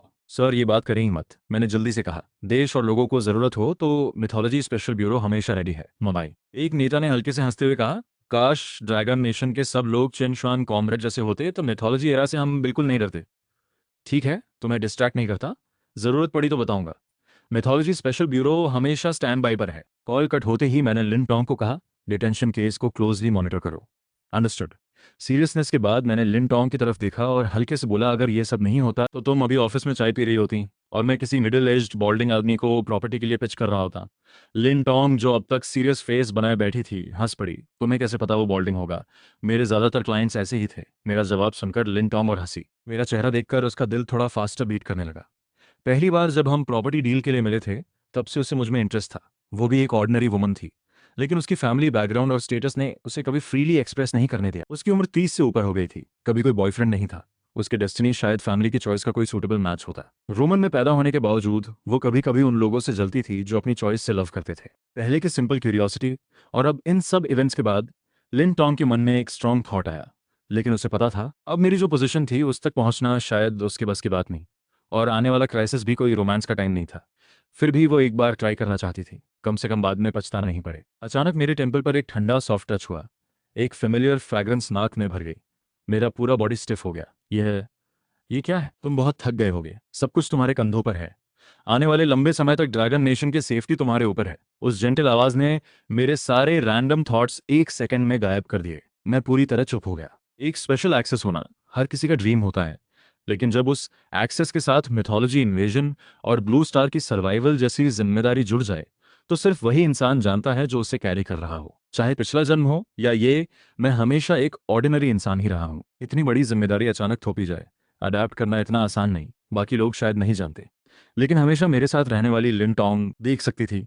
ऊपर से मैं चाहे कितना भी केयरफ्री दिखूं, गेम पैक्स खरीदता रहूं, मेंटली जो प्रेशर मैं झेल रहा था वो ऑर्डिनरी नहीं था। अभी ड्रैगन नेशन की सारी मूवमेंट्स में बाकी लीडर्स और पब्लिक शेयर कर रहे थे, लेकिन जब मिथोलॉजी एरा एक्चुअली आएगा तब तक ड्रैगन नेशन की स्पेशल फोर्सेस और रेगुलर सिटीजन्स अपनी प्रोफेशंस अवेकन नहीं कर पाए होंगे।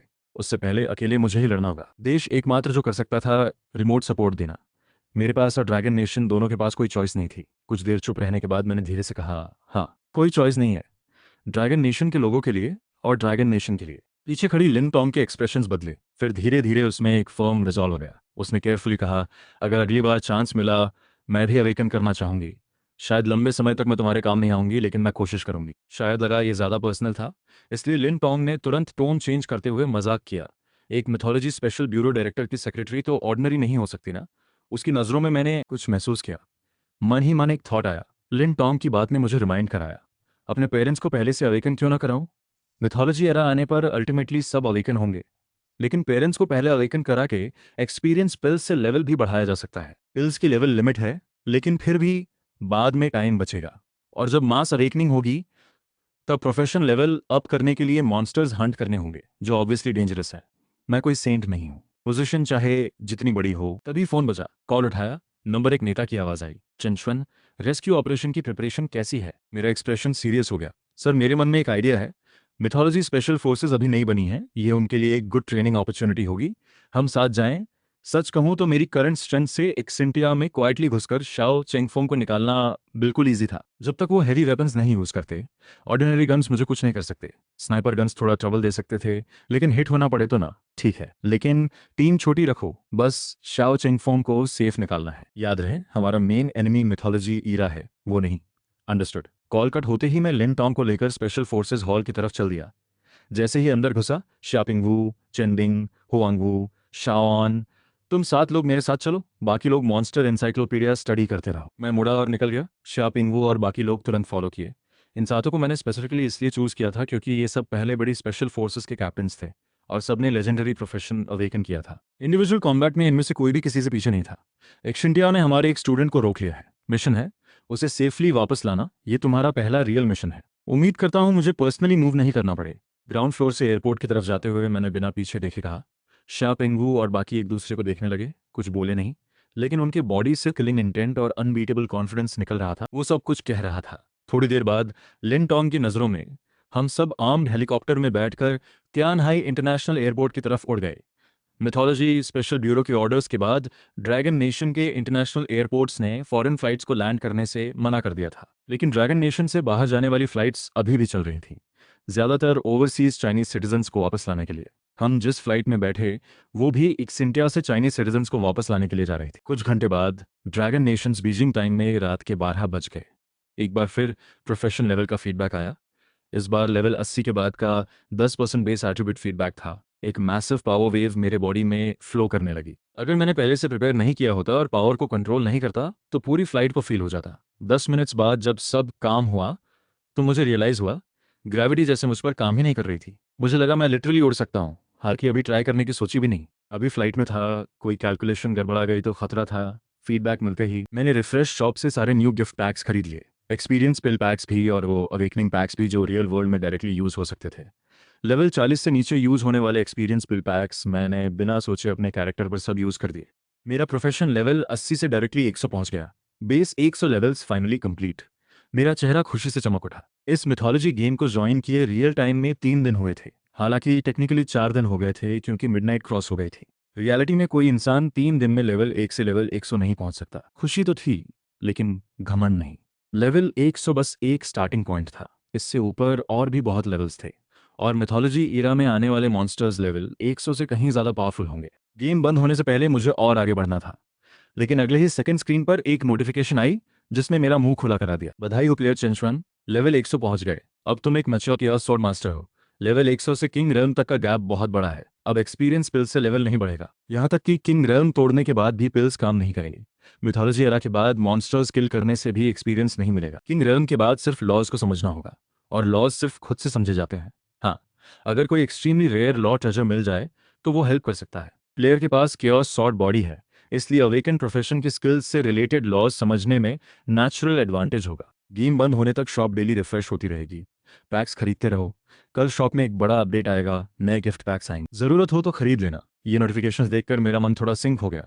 मुझे उम्मीद थी कि मिथोलॉजी एरा आने से पहले कम से कम लेजेंडरी या सेंट रेलम तक पहुंच जाऊंगा। वो ड्रीम तो गया, लेकिन सोचो अगर सिंपली ग्राइंडिंग से इतनी इजीली टॉप तक पहुंचा जाता तो मिथोलॉजी एरा के मॉन्स्टर्स भी उतने ही ओवर पावर होते। लेवल 100 तक पहुंचना भी बहुत बड़ी लीड है। थोड़ा काम होकर मैंने खरीदे हुए स्किल स्क्रॉल्स यूज़ किए। वो 5 स्किल्स जो लेवल 50 के बाद अनलॉक हुई थीं उन्हें भी लेवल 100 तक मैक्स कर दिया। फिर पैनल खोला। Name Chenshun, profession chaos sword master, level 100, strength 59,280 earth dragon dominator body plus 1000, constitution 82,540 earth dragon dominator body plus 700, spirit 1,16,460, equipment Zhenwu divine sword spirit rank, skills space type Linkong sword slash, ice type frozen world, thunder type divine thunder blade, dark type dark jade annihilation, light type light of 8 directions, fire type Lihu slash, metal type iron gold slash, wood type heavenly eye Guanyin, earth type absolute defence, time type witness of power. सभी skills level 100। जब player संबंधित laws समझ लेगा, skills और break through करेंगी। Talents sword heart clarity, chaos sword domain, earth dragon dominator body, crimson flame furnace, ecliptic nirvana. याद दिला दूं, ऑर्डिनरी इंसान की मैक्सिमम स्ट्रेंथ कॉन्स्टिट्यूशन स्पिरिट सिर्फ 10। पैनल देखकर मैंने सेटिस्फाई होते हुए हेड नॉड किया। मिथोलॉजिकल हिडन प्रोफेशन सच में इंसेन है। पूरी तरह फीडबैक आने पर कितनी पावर मिलेगी सोचकर ही एक्साइटमेंट हो रही थी। अफसोस, इनिशियली वीक स्टार्ट्स की वजह से बेस नंबर्स कम है, लेकिन इतनी स्किल्स और टैलेंट्स के साथ ये कमी पूरी हो जाती है। सेम लेवल पर मुझसे कोई नहीं जीत सकता। कुछ घंटे और बीते। हमारी फ्लाइट आखिरकार इंडिया के लॉस एंजलिस एयरपोर्ट पर लैंड हुई। एजेंट्स की हेल्प से हम क्वाइटली शाओ चेंगफोंग की डिटेंशन लोकेशन की तरफ निकले। उसी वक्त इंटरनेट पर एक बार फिर ड्रैगन नेशन को वीक बताने वाले लोग एक्टिव थे। ट्विटर पर फॉरेन यूजर्स खूब एंजॉय कर रहे थे। यही है ईस्टर्न लाइन। पहले इन्हें सिक मैन ऑफ ईस्ट एशिया कहते थे। सच में सही था। ड्रैगन नेशन बस बात करता है। देश के अंदर भी कुछ डिसअपॉइंटेड कमेंट्स थे, लेकिन जो लोग डिफेंस जोन्स बना रहे थे उन्होंने ये न्यूज़ देखी, हल्के से मुस्कुराए और वापस काम में लग गए। हालांकि टाइम कम था, लेकिन पूरे देश की एकजुटता से 34 डिफेंस जोन्स का स्ट्रक्चर बनना शुरू हो गया था। एक बार फिर जब कोई देश बिना किसी लिमिट के काम में लग जाता है तो रिजल्ट सोच से भी ज्यादा होता है। इन डिफेंस जोन्स में अक्सर एक यंग लड़का दिखता था जो कुछ लोगों के साथ कंस्ट्रक्शन साइट्स पर अजीब सी कार्विंग्स और स्ट्रक्चर्स बना रहा था। यही वेंटा था जिसे मैंने स्पेशली हर डिफेंस जोन में फॉर्मेशन अरेज बनाने के लिए भेजा था। साइट के बाहर कई रिपोर्टर्स क्यूरियस थे, लेकिन अंदर जाने की परमिशन नहीं थी। ड्रैगन नेशन की इस एकजुटता और स्पीड ने दुनिया को हैरान और डरा दिया था। इसीलिए इस डिटेंशन केस में वो भरपूर मौका लेकर ड्रैगन नेशन को नीचा दिखाने की कोशिश कर रहे थे, अपनी घबराहट छुपाने के लिए। इसमें एनिमी कंट्रीज की कुछ शह भी थी। लॉस एंजलिस के एक विला में एक काम वेल ड्रेस्ड यंग मैन एक इंक पेंटिंग के सामने खड़ा था। बाहर से देखने पर विला बिल्कुल क्वाइट लगती थी, लेकिन पूरी प्रॉपर्टी सीसीटीवी से कवर्ड थी और सीक्रेटली दर्जनों आर्म्ड शिंटिया सोल्जर्स गार्ड थे। किसी भी बड़े टेररिस्ट के लिए भी यहाँ घुसना आसान नहीं होता। एक blonde attractive woman 2 glasses of red wine लेकर उस यंग मैन पास आई। शाओ, एक ग्लास लो। शाओ चेंगफंग ने एक ग्लास ले ली, कुछ नहीं बोला। वो वुमन सॉफ्टली बोली, शाओ, ड्रैगन नेशन क्यों जाना है? इंसिया में रहो, यहाँ फ्रीडम है। अगर तुम हाँ कहो तो शिंतिया की ग्रीन कार्ड और $10 बिलियन तुम्हारे हैं। शाओ चिंगफोंग ने एक नज़र डाली उस इंटरनेशनली फेमस सेलिब्रिटी लीलिया पर और बिल्कुल काम होकर बोला, मैं अपने देश से कभी बिट्रे नहीं करूंगा। लीलिया कुछ और कहने वाली थी कि अचानक बाहर एक रोरिंग साउंड आया, फिर गन शॉट्स, फिर एंग्री शाउटिंग। शिट, कौन है? मार दो। विला के बाहर डजन्स ऑफ शिंटिया सोल्जर्स अंधेरे में गन्स चला रहे थे। इंफ्रारेड गॉगल्स थे, फिर भी कुछ नहीं दिखा। WHO SH कुछ तेज आवाजें आई। बड़े बड़े पेड़ उनकी तरफ फ्लाई करके आ रहे थे। केओस में सब इधर उधर भागे। उसी मोमेंट में कुछ शैडोज बुलेट्स के बीच से इम्पॉसिबल स्पीड से आगे बढ़े। बैंग! सबसे आगे वाले ने एक जोरदार पंच मारा। विला की बाहरी वॉल में एक बड़ा होल हो गया। ओह गॉड, ये कोई मॉन्स्टर है। वो शिंटिया सोल्जर्स ट्रेंड थे, लेकिन उन शैडोज के सामने बिल्कुल हेल्पलेस थे। जिससे भी एक टच लगा वो नीचे। कुछ ही मिनट्स में सारे सोल्जर्स जमीन पर थे। मैं कामली उन सब बॉडीज के ऊपर से चलता हुआ आगे बढ़ा। शापिंगू और बाकी भी पीछे से आए। हम विला में घुस गए। व्हाट द हेल, तुम लोग कौन हो? कुछ शिंटिया सोल्जर्स ने डरी हुई आंखों से देखा। मैंने उन्हें इग्नोर किया। शाओ चेंगफोंग की तरफ देखा। एक ही लाइन में बोला, हम तुम्हें घर वापस लेने आए हैं। बस एक लाइन और शाओ चेंगफोंग टूट गया। उसका पूरा बॉडी अनकंट्रोलेबली कांपने लगा, आंखें भर आईं। उसने हेविली हेड नॉड किया। जैसे ही उसने हाँ की, मैं मूव हुआ। एक शैडो की तरह उन सोल्जर्स के सामने था। वो गन उठाने से पहले ही फ्लाई हो गए। ओह गॉड। लिलिया और शाओ चेंगफोंग दोनों स्टन रह गए। मैंने एक झटके में लिलिया को नॉक आउट किया, फिर चुपचाप शाओ चेंगफोंग को लेकर निकल गया।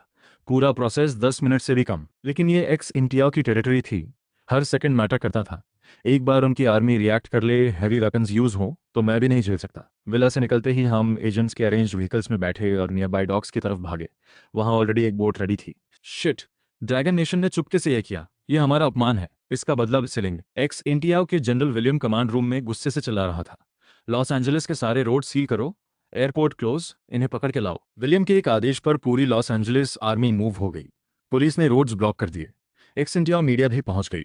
कैमरास के सामने लाइव कवरेज शुरू हो गई। इंटरनेट पर तूफान आ गया। इनके घर में घुस आए। ये एक्स इंडिया की हिस्ट्री का सबसे बड़ा एम्बैरसमेंट है। हम बेरोक टोक भाग रहे थे क्योंकि हमने टाइम का फायदा उठाया था। Los Angeles police full seal होने से पहले ही हम दूर निकल चुके थे। लेकिन जब हम डॉक पर पहुंचे, पीछे भी पुलिस थी। ऊपर आर्म्ड हेलीकॉप्टर्स और मीडिया के लाइव ब्रॉडकास्ट हेलीकॉप्टर्स भी थे। शापिंगू, शाह साहब को लेकर बोट में जाओ। गाड़ी से उतरते हुए मैंने काम में कहा, कैप्टन आप। शापिंगू और सबका चेहरा बदल गया। चिंता मत करो, ये लोग मुझे रोक नहीं सकते। ऑर्डर फॉलो करो। मैंने हाथ हिलाया। शाओ चिंगफोंग ने मुझे सीरियसली देखते हुए कहा, मैं बोट में वेट करूंगा। मैंने एक स्माइल दिया, फिर उन दो डैमेज कार्स के पीछे गया। दोनों की बैक पर हाथ रखे और एक जोर लगाया। तुम सब सराउंडेड हो। जीना है तो वेपन्स रखो और हाथ ऊपर करो। ये कहते ही दोनों कार्स उठाकर आगे फेंक दी। पुलिस ऑफिसर्स इधर उधर भागे। जो ऑफिसर समझ नहीं पाया, एक कॉलीग ने उसे खींच कर हटाया। बूम बूम, दोनों कार्स क्रैश होकर एक्सप्लोड हो गई। फायर और ब्लास्ट में जो पास थे वो फ्लाई कर गए। कार्स थ्रो करने के बाद मैं रुका नहीं। नियर बाय कार्गो बॉक्सेस उठाए। ऊपर वाले हेलीकॉप्टर पायलट्स की हालत देखने लायक थी। बोट पर खड़े सब भी डरे हुए थे। उन हेलीकॉप्टर पायलट्स को अब बिलीव नहीं हो रहा था। उन्हें लगता था एक्सेंटियाओ की आर्मी अनबीटेबल है। लेकिन आज पता चला दुनिया बड़ी है। और सबसे स्कैरी, ये पावरफुल मैं अभी फुली अवेकन भी नहीं था। फुली अवेकन होने पर क्या होगा, सोच भी नहीं सकते। शाओ चेंगफोंग बोट पर मुझे देखकर बिल्कुल फैसिनेटेड था। वो आगे आया, मेरी आर्म पकड़ी और एक्साइटेड होकर बोला, तुम जीन वॉरियर हो ना? ड्रैगन नेशन के बायोलॉजिस्ट ने इतना एडवांस रिसर्च कर लिया? मैंने शाओ चेंगफेंग का हाथ थामते हुए स्टीरियस स्माइल दिया। जल्दी ही पता चल जाएगा। फिर उन्हें कैबिन में रेस्ट करने भेज दिया। शापिंगो और टीम को चारों तरफ वॉच करने को कहा। मैं खुद कैप्टन्स रूम में गया। अंदर घुसते ही एक सेकंड के लिए रुका। कैप्टन्स रूम में 5 लोग थे, काले टाइट सूट्स में, गन सिंह चाओ के नेविगेटर की तरफ पॉइंटेड। तो ऐसे मिली थी ये बोट। इन एजेंट्स ने डायरेक्टली हाईजैक किया था। मुझे जो इंटरेस्टिंग लगा, इन पांचों का नेता एक वुमन थी। Ponytail, fair skin, sharp features, tall और कॉन्फिडेंट। अगर लिन टोंग मैच्योर और चार्मिंग थी, तो ये वुमन थी शार्प और हीरोइक। पीकॉक, ऑस्ट्रिच, सर को सल्यूट। जैसे मैं अंदर आया, पांचों ने एक साथ सल्यूट किया। तुम सबने अच्छा किया। ड्रैगन नेशन की फ्लीट पब्लिक वाटर्स में वेट कर रही है। बस थोड़ा और टाइम निकालना है, फिर वापसी। अंडरस्टूड। पीकॉक और बाकी सब ने हाँ में हेड नॉट किया। इस मिशन के बाद तुम्हें फिर एजेंट लाइफ नहीं जीनी। जो बड़ा बदलाव आने वाला है, उसके बाद एजेंट्स की जरूरत नहीं रहेगी। आर्मी ज्वाइन करना हो तो करो, नॉर्मल लाइफ जीनी हो तो वो भी ऑप्शन है। मैंने एक मोमेंट पॉज किया और पीकॉक और बाकी को देखते हुए कहा, ये लोग हमेशा उस दुनिया में रहते हैं जहां ऑर्डिनरी लोगों की कोई पहुंच नहीं। अपने देश के लिए ये रियल हीरोज हैं, लेकिन दूसरे देशों के लिए ये एनिमी एजेंट्स हैं। कैप्चर होने पर आसान मौत भी नहीं मिलती। वाओ। भाग गए, सब भाग गए। इतने लोग थे, फिर भी वो पीले चीनी बंदर निकल गए। कमांड रूम में जनरल विलियम फोन पर चिल्ला रहे थे। चेहरा गुस्से से लाल था। पूरे लॉस एंजलिस की पुलिस लगाई, आर्म्ड हेलीकॉप्टर उड़ाए और नतीजा, एक बाल भी नहीं पड़ा। वो पहले से सोच सकते थे कि बड़े कमांडर उनकी नाक के नीचे आकर किस तरह गालियां देंगे। ये तो फिर भी छोटी बात थी। असली टेंशन ये थी कि अगर उन कमीने पीले बंदरों को मारा या पकड़ा नहीं गया, तो ये बात उनके पूरे मिलिट्री करियर पर एक ऐसा दाग बन जाएगी जो कभी नहीं मिटेगा। तभी फोन पर एक वीडियो आई और जनरल विलियम चुप हो गए। चेहरे पर हैरानी साफ दिख रही थी। ड्रैगन नेशन का कुंफू शिट। गुस्से में बड़बड़ाते हुए जनरल के माथे पर पसीना आ गया। वो आम लोगों से ज्यादा दूर तक सोच सकते थे। वीडियो में जो शख्स दिख रहा था, उसकी ताकत ऐसी थी कि स्टार नेशन की सबसे बेहतरीन स्पेशल फोर्सेस भी उसके सामने पूरी तरह तबाह हो जाती। इतनी खौफनाक अकेले लड़ने की काबिलियत के साथ दुश्मन के बड़े बड़े लीडर्स को खत्म करना उसके लिए बाएं हाथ का खेल था। ड्रैगन नेशन में ऐसे गैर इंसानी छुपे हैं, तो इनका मकसद क्या है? इन दिनों ड्रैगन नेशन की हर हरकत को जोड़ते हुए जनरल विलियम बेचैन उठे। चेहरा सख्त करते हुए बोले, हर कीमत पर इन लोगों को रोको। रैप्टर स्क्वाड की पहली टीम को तुरंत भेजो। रैप्टर स्क्वाड, स्टार नेशन की टॉप एयरफोर्स यूनिट। इनके पास F-15, F-16 और F-22 फाइटर जेट्स थे, जिन पर M-120 मिसाइल्स लगी थीं, बेहद ताकतवर और पूरी तरह तैयार। जनरल के हुक्म के साथ ही स्टार नेशन के एक सीक्रेट बेस से कई दमदार फाइटर जेट्स निकले और हमारे जहाज की तरफ तेजी से उड़ चले। उसी वक्त एक बड़ा फ्लीट ओपन सी में खड़ा था। उस फ्लीट के मेन शिप के कमांड रूम में 100 से ज्यादा ड्रैगन नेशन के मिलिट्री ऑब्जर्वर्स सैटेलाइट से हमारे जहाज पर नजर रखे हुए थे। वहां एक और शख्स खड़ा था, डार्क ग्रीन यूनिफॉर्म में। उनके कंधे पर 2 स्टार्स थे। वो इस पूरे फ्लीट के कमांडर थे, ड्रैगन नेशन के lieutenant general Huangpu Jingzhong. Report: 5 F-15, 3 F-16 और एक F-22 जहाज की तरफ आ रहे हैं। दूरी 150 नॉटिकल माइल्स। होंगपू जिंगजोंग का चेहरा गंभीर हो गया। ये रैप्टर स्क्वाड की टीम थी। इतने बड़े मामले में वो खुद कोई फैसला लेने की हिम्मत नहीं रखते थे। उन्होंने एन्क्रिप्टेड फोन निकाला और नंबर 1 रेड लाइन पर कॉल किया। थोड़ा और रुको, उस पर भरोसा रखो, बस एक बात याद रखो, चाहे कुछ भी हो, चेंशवन साथी को बचाना है, चाहे ओपन सी पार करना पड़े। समझ गया?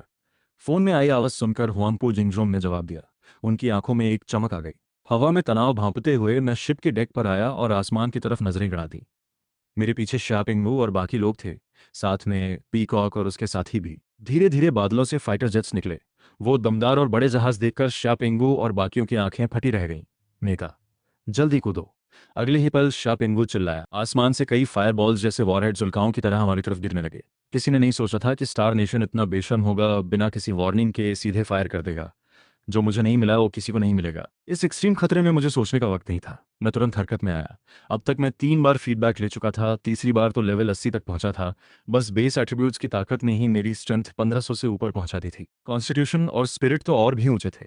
इन इतनी बड़ी वैल्यूज के साथ ब्लू स्टार की ग्रेविटी मुझ पर ज्यादा असर नहीं डाल पाती थी। हवा में उड़ना तो नहीं था, लेकिन थोड़ी देर के लिए उछलना। मैं हवा में एक शैडो की तरह अपीयर हुआ और एक वॉरहेड को पूरी ताकत से साइड किक मारा। धड़ाम। वो वॉरहेड दूर जाकर समुद्र में गिरा और जोरदार ब्लास्ट हुई। फिर मैंने एक एक करके सारे वॉरहेड्स को किक मारकर दूर उड़ा दिया। इन एक्सप्लोजन्स के शॉकवेव से हमारा जहाज हिचकोले खाने लगा, जैसे लहरें इसे पलट देंगी। वॉरहेड्स को दूर करने के बाद मेरा बॉडी एक झटके में जहाज की छत पर पहुंचा। मैंने हाथों से फ्लैग पोल उखाड़ा और पूरी ताकत से फेंक दिया। इतनी जबरदस्त फोर्स थी कि चारों तरफ एयर एक्सप्लोजन्स की आवाजें गूंजने लगीं। एक F-15 फाइटर जेट भाग नहीं पाया। फ्लैग पोल ने उसे छलनी कर दिया और वो आतिशबाजी की तरह हवा में फट गया। मेरे हाथ लगाने से लेकर F-15 के ब्लास्ट होने तक 1 मिनट भी नहीं लगा। जहाज पर खड़े शापिंगू, फ्लीट में मौजूद हुआंगपू जिंगझोंग और सैटेलाइट से देख रहे स्टार नेशन के जनरल विलियम सब के सब स्टैचू की तरह खड़े रहे। जो पायलट्स फाइटर जेट्स उड़ा रहे थे उनकी तो जान ही निकल गई। शिट, ये कैसे हो सकता है? अगला फ्लैग पोल उठाने के लिए तैयार मुझे देखते ही उन पायलट्स ने बिना सोचे जेट्स ऊपर खींच लिए। वो मेरी नज़र में भी आना नहीं चाहते थे। उसी वक्त स्टार नेशन के व्हाइट हाउस में सैटेलाइट से बैटल देख रहे टॉप लीडर्स के मुंह सूख गए, चेहरे पीले पड़ गए। मेरी इस खौफनाक ताकत के सामने ये पूरा परसूट एक मजाक बन गया। कुछ घंटों बाद ड्रैगन नेशन फ्लीट की प्रोटेक्शन में हम सुरक्षित वापस देश पहुंच गए। लेकिन हमें तब पता नहीं था कि उस वक्त इंटरनेट पर हंगामा मचा हुआ था। स्टार नेशन के एक टॉप मीडिया ने ट्विटर पर एक ब्रेकिंग न्यूज डाली थी। ब्रेकिंग, वैज्ञानिक शाओ चेंगफंग को एक रहस्यमयी ग्रुप ने छुड़ा लिया। ये जेनेटिक वॉरियर है या इमॉर्टल कल्टिवेटर? इस न्यूज के नीचे हाईवे पर मेरी धमाकेदार परफॉर्मेंस का वीडियो भी था। OMG, ये सुपरमैन है क्या? रहस्यमयी ड्रैगन नेशन ने आखिरकार अपने असली दांत दिखा दिए। ये पुराना ईस्टर्न देश तरह तरह की अजीब ताकतें रखता है। भगवान, इसने गाड़ी को ईंट की तरफ फेंक दिया। ये न्यूज आने के करीब 10 घंटे बाद पूरी दुनिया में फैल गई। पूरे ड्रैगन नेशन की दुनिया पर नजर टिक गई। देश के अंदर भी लोग हैरान थे। देश हमसे छुपाकर कल्टीवेशन रिसर्च कर रहा है? बकवास है। साइंस पर भरोसा रखो। लगता है हमारे देश ने जेनेटिक वॉरियर बना लिया। हैरानी के साथ साथ ड्रैगन नेशन के नेटिजन्स में गर्व भी था। ट्विटर पर जश्न मन रहा था। दूसरी तरफ ड्रैगन नेशन के फॉरेन मिनिस्ट्री ने एक स्टेटमेंट जारी किया। स्टार नेशन में टेररिस्ट्स के हमले पर हमें दुख है, लेकिन खुशी की बात यह है कि इन टेररिस्ट ने हमारे साइंटिस्ट चाओ चेंगफन जी को सुरक्षित वापस भेज दिया। कैसे टेररिस्ट? ये स्टेटमेंट देखकर न सिर्फ विदेशी बल्कि देशवासी भी दंग रह गए।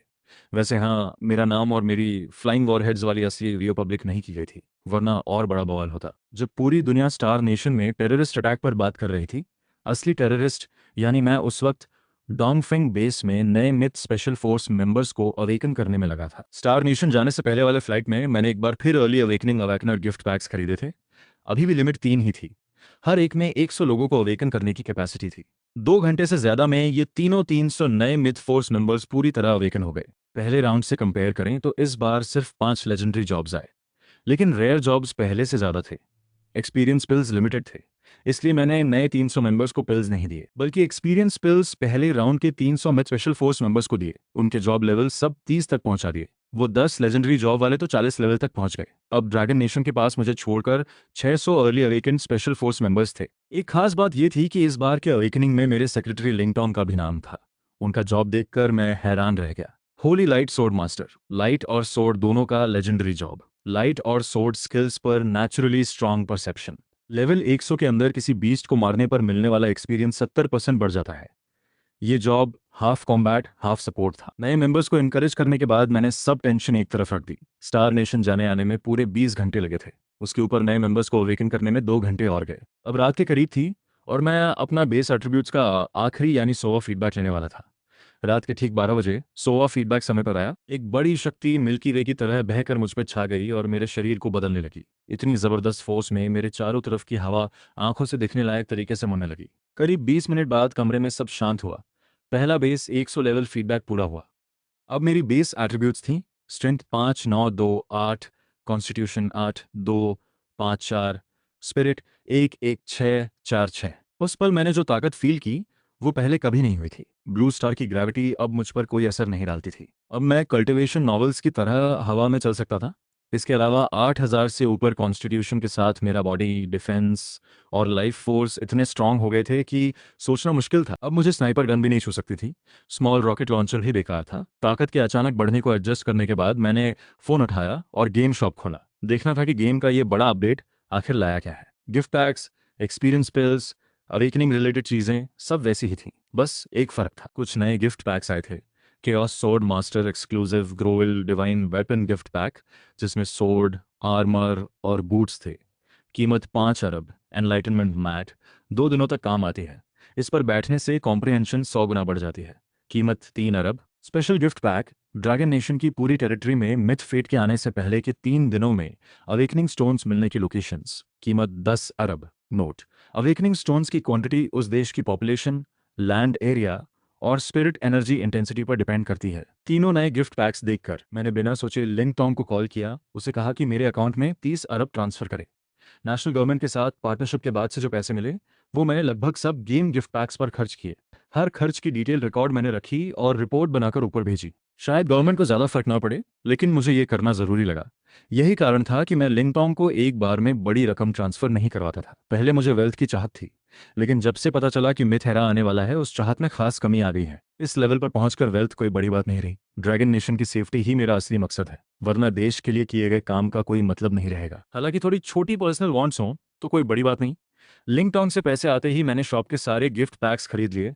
सबसे ज़रूरी थे 3 नए gift PACS. Chaos sword master divine weapon pack मेरी स्ट्रेंथ बढ़ाएगा। एनलाइटनमेंट बैट मुझे कम समय में किंग रेल्म तक पहुंचने का मौका दे सकती है। कॉम्प्रिहेंशन 100 गुना बढ़ना, इसका मतलब क्या है? मेरी प्रोफेशन स्पिरिट पहले ही 10 लाख साल पार कर चुकी है। अगर उसे और 100 गुना बढ़ाया जाए तो मुझे खुद नहीं पता कि कॉम्प्रिहेंशन किस लेवल तक जाएगी। किंग रन ब्रेक करना पहले मेरे लिए जल्दी संभव नहीं था, लेकिन कॉम्प्रिहेंशन 100 गुना बढ़ने के बाद बस 2 दिनों में भी मुझे यकीन है कि किंग रन तोड़ सकता हूँ। लेकिन एनलाइटनमेंट मैट का इस्तेमाल करने के लिए पहले गेम का पूरा फीडबैक आना जरूरी है। अभी बेस वैल्यू स्ट्रांग है, लेकिन प्रोफेशन की स्पेस आइस जैसी लॉज की कोई कॉम्प्रिहेंशन नहीं है। पूरा फीडबैक आने के बाद प्रोफेशन की कॉम्प्रिहेंशन के बेस पर ही डीप लॉज को समझा जा सकता है।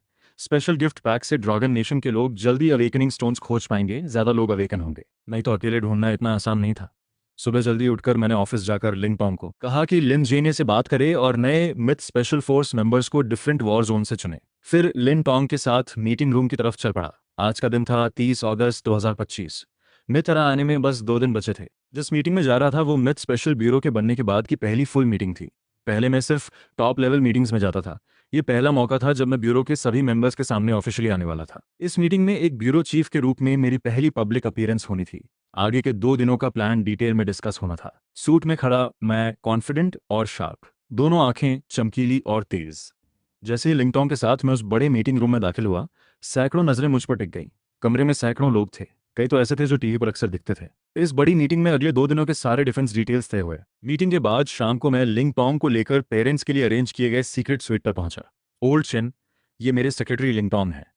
मैंने चेन ल्यूजन को एक्सप्लेन किया। सच में मेरे मन में लिंगटोंग के लिए फीलिंग्स है, लेकिन आगे का सिचुएशन ऐसा नहीं था कि मैं लव में पाऊं। कम से कम जब तक ड्रैगन नेशन पूरी तरह स्टेबल ना हो और मिथ एरा का सामना करने लायक ना बन जाए। हट जा, बहाना भी ढंग का नहीं बना सकता। तुझे लगता है मैंने 10 साल मिलिट्री में बिताए हैं बेकार? चेन यूजन ने झल्लाते हुए कहा। और बात वहीं नहीं रुकी, उन्होंने मेरे सर पर एक थप्पड़ भी जड़ दिया। सोचो, एक नई रिक्रूट को गवर्नमेंट सेक्रेटरी मिलती है, नींद में हो क्या? इस थप्पड़ से सोफा पर बैठी लिंग टोंग और रूम में सीक्रेटली गार्ड पर तैनात गवर्नमेंट पर्सनल दोनों सांस रोक कर रह गए। पूरे ड्रैगन नेशन में इनके अलावा कोई नहीं था जो इस तरह हाथ उठाने की हिम्मत रखे। ओल्ड चेन, अगर आप ऐसे कह रहे हैं तो मैं भी सब बता देता हूँ। चेन श्वेन, मिथ स्पेशल ब्यूरो का चीफ। जब ये बात मेरे मुंह से निकली तो चेन ल्यूजन ही नहीं, सोफा पर लिंगटोंग का हाथ थामे बैठी ये शुचिंग भी हैरान रह गई। पहला रिएक्शन तो बस एक था, डर गए। इसके बाद लगा ये बच्चा क्या क्या बोलने लगा है। चेन ल्यूजुन और ये शुचिंग कुछ रिएक्ट करते उससे पहले मैंने हाथ बजाए और दो सोल्जर्स एक बड़ा पत्थर उठाकर सूट में लाए। उसे लिविंग रूम में रखने के बाद दोनों सोल्जर्स ने मेरी तरफ सैल्यूट किया। मिशन कंप्लीट, आगे के ऑर्डर्स के लिए वेट कर रहे हैं सर, डिसमिस्ड, वापस जाओ। दोनों सोल्जर्स के जाने के बाद भी चेन ल्यूजुन और उनकी वाइफ दंग खड़े रहे। चेन ल्यूजुन ने मिलिट्री में काम किया था, इसलिए उन्होंने देख लिया कि उन दोनों सोल्जर्स की गन्स असली थी, वरना उन्हें लगता है कि मैंने बस ड्रामा करवाया है। क्या हो रहा है? मैं भी आर्मी ज्वाइन किया और पहले से ही ऑफिसर बन गया। दुनिया में कोई ऐसे पेरेंट्स नहीं होते जो अपने बच्चे की तरक्की नहीं चाहते। चेन ल्यूजन और उनकी वाइफ भी यही चाहते थे, लेकिन मैं सिर्फ तरक्की नहीं कर रहा था, मैंने तो आसमान ही छू लिया था। मैं तो 3 साल पहले ही यहाँ आया था, लेकिन पिछली मेमोरीज में जो था, यानी चेन ल्यूजन के सामने हमेशा दबकर रहने वाला इंसान, उसे याद करके सच में मन में थोड़ी खुशी हुई। खुशी तो थी, लेकिन असली काम भी करना था। मैंने चेहरे से मजाक का भाव हटाया और सोफे पर बैठ गया। गंभीरता से बोला, जो मैं बताने वाला हूँ वो अभी ड्रैगन नेशन का सबसे बड़ा सीक्रेट है। दिल में रखना, किसी को मत बताना।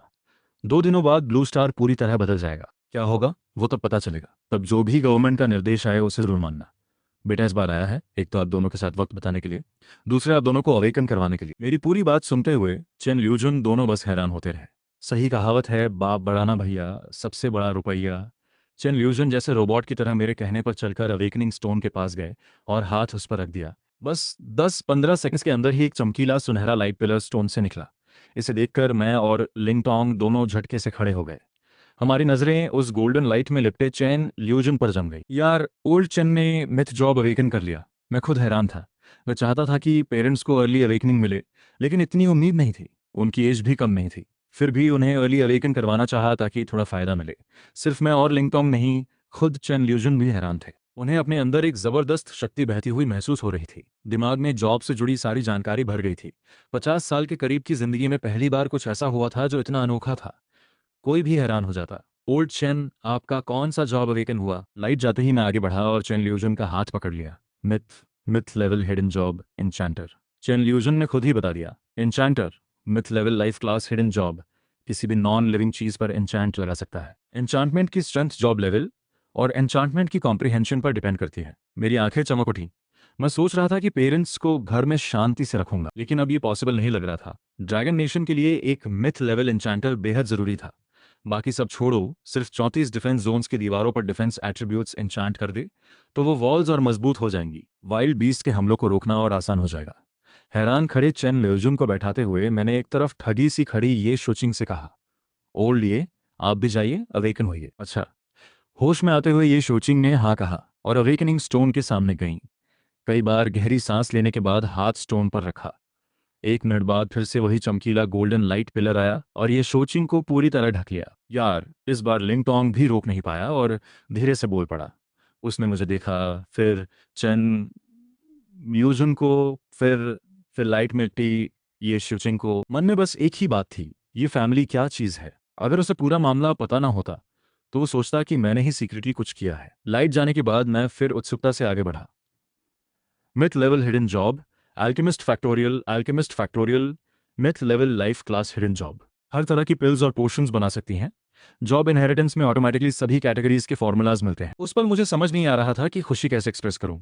मेरे पेरेंट्स ने जो जॉब्स एक्टिवेट किए वो मिथ लेवल हिडन जॉब्स थे ही, लेकिन ये दोनों देश के बेहद काम के थे। बेशक अल्केमिस्ट की वैल्यू अभी एन्चेंटर जितनी नहीं थी, क्योंकि ब्लू स्टार पर स्पिरिट एनर्जी अभी रिवाइव नहीं हुई थी। स्पिरिट हर्ब्स नहीं उगे थे तो पिल्स नहीं बन सकती थी। लेकिन फ्यूचर में अल्केमिस्ट की वैल्यू एन्चेंटर से कम नहीं होगी, शायद ज्यादा ही हो, क्योंकि एन्चेंटर सिर्फ वेपन्स और आर्मर पर एन्चेंट करता है, लेकिन अल्केमिस्ट जो पिल्स बनाएगी वो इंसान की ओवरऑल स्ट्रेंथ बढ़ाएंगी। जैसे healing pills, experience pills, strength pills वगैरह, ये सब फ्यूचर में बहुत वैल्यूएबल होंगे। ओल्ड चेन और ओल्ड ये दोनों अवेकन हो गए। मैंने अपने पास रखी एक्सपीरियंस पिल्स निकाली और दोनों को दी। मेरी देखरेख में दोनों का लेवल बड़े आराम से बढ़ता गया और जॉब लेवल 40 तक पहुंच गया। इस बूस्ट से दोनों के शरीर और माइंड में बड़ा बदलाव आया। ओल्ड ये के चेहरे की झुर्रियां गायब हो गईं। जो बाल थोड़े रूखे थे वो काले और चमकदार हो गए। पूरी की पूरी कम से कम 10 साल। जो भी देखता वो दोनों को सिस्टर समझता। जब ओल्ड ये ने मिरर में खुद को देखा तो वो खुशी से हंसने लगी, जैसे कोई बच्ची हो। सच है, कोई भी औरत खूबसूरती के जादू से नहीं बच सकती। हाय हाय मिस्टर चेन, मिसेज ये, जरा इंपॉर्टेंट बात करते हैं, यहाँ आकर बैठिए। उन दोनों को एक दूसरे से चिपक कर निहारते देख मैंने खंखारते हुए कहा, देख तेरी वजह से मैं जवान हो गई, इसलिए आज तेरी बेकारी माफ। ये शोकिंग ने मुझे एक नज़र दी और बोली, कहा तो ऐसे, लेकिन वो ओल्ड चेन को लेकर सोफे पर बैठ गई। मैंने बस मुंह बना लिया। मुझे लगा कि इस मोमेंट पर ये शूचिंग को अपना जॉब अवेकन होने पर हैरान होना चाहिए था, मेरी आइडेंटिटी और पावर पर हैरान होना चाहिए था। लेकिन उन्हें बस एक ही चीज़ की परवाह थी कि वो जवान हो गई। ये ओल्ड ये हमेशा ऐसी ही है। मैंने सिर हिलाया और बात आगे बढ़ाई, चेहरा गंभीर करते हुए दोनों से बोला, मैं चेंशवन मिथ स्पेशल ब्यूरो के चीफ की हैसियत से चेन ल्यूजुन साथी को मिथ स्पेशल ब्यूरो का एन्चांटमेंट ग्रुप नेता नियुक्त करता हूँ, और ये शूकिंग साथी को मिथ स्पेशल ब्यूरो का एल्केमी ग्रुप नेता। जैसे ही ये बात कही, चेन ल्यूजुन और ये शूचिंग दोनों हैरान रह गए। मेरी आइडेंटिटी पर उन्हें डाउट्स नहीं था। जब से वो अवेकन हुए थे तभी से उनके दिल से शक खत्म हो गया था। लेकिन अचानक ड्रैगन नेशन के सबसे रहस्यमयी मिथ स्पेशल ब्यूरो के ग्रुप नेता बन जाना, ये कोई कैसे प्रोसेस करे। साथ ही उनके दिल में एक और डर था कि अगर मैंने उन्हें नियुक्त किया तो लोग कहेंगे कि मैंने अपने रिलेटिव्स को पोजीशन दी, इससे मेरा नाम खराब ना हो, ये ऑर्डर है। जैसे ही वो कुछ बोलने लगे मैंने एक सख्त नज़र डाली। आंखें उन पर टिकी थीं, कोई डाउट नहीं। जिन चेन ल्यूजुन ने हमेशा मुझे अपना गुलाम माना, उनका दिल एक पल को हिल गया। जी चीफ। चेन ल्यूजुन जो 10 साल पहले आर्मी से रिटायर हुए थे, उन्होंने खड़े होकर सल्यूट किया। लिंगटोंग, तुरंत अल्केमी ग्रुप और एन्चांटमेंट ग्रुप बनाओ। दोनों के हाँ कहने के बाद मैंने लिंगटोंग को ऑर्डर दिया। बताएं तो ये एक सीरियस मोमेंट था, लेकिन सच में ओल्ड चैन, ओल्ड ये, लिंगटोंग सब मिलकर खुशी खुशी बैठे थे। मैं खुद भी उनके साथ घर में एक अच्छा खाना खाकर रात को वहां नहीं रुका। ओल्ड चेन और ओल्ड ये को लेकर मिथ स्पेशल ब्यूरो के डोंगफेंग बेस वापस आया। करीब 2 घंटे बाद हम बेस पर पहुंचे।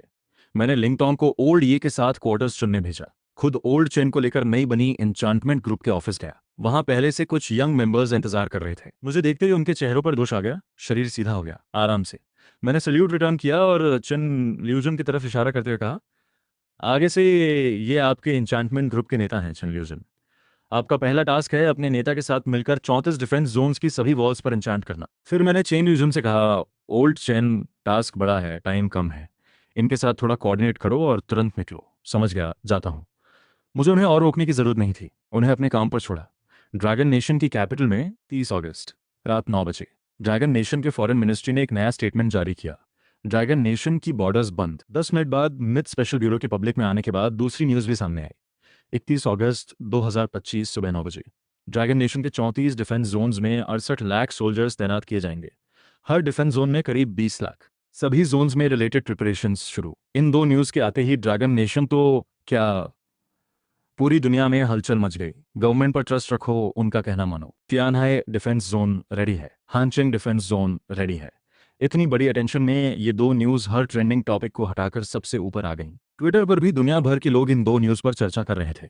जो फॉरेन वर्कर्स ड्रैगन नेशन की बॉर्डर बंद होने से अपनी जॉब्स खो रहे थे, वो जोर जोर से गालियां दे रहे थे। ड्रैगन नेशन को भी, अपने देश को भी अपना गुस्सा भड़ास निकाल रहे थे। उसी वक्त ड्रैगन नेशन की इस मूव से बाकी देशों में भी टेंशन बढ़ गई। सबको पता था कि दुनिया के कई बड़े बड़े देशों की, यहाँ तक कि मिलिट्री में नंबर 1 स्टार नेशन की परमानेंट आर्मी भी 60 लाख से कम थी।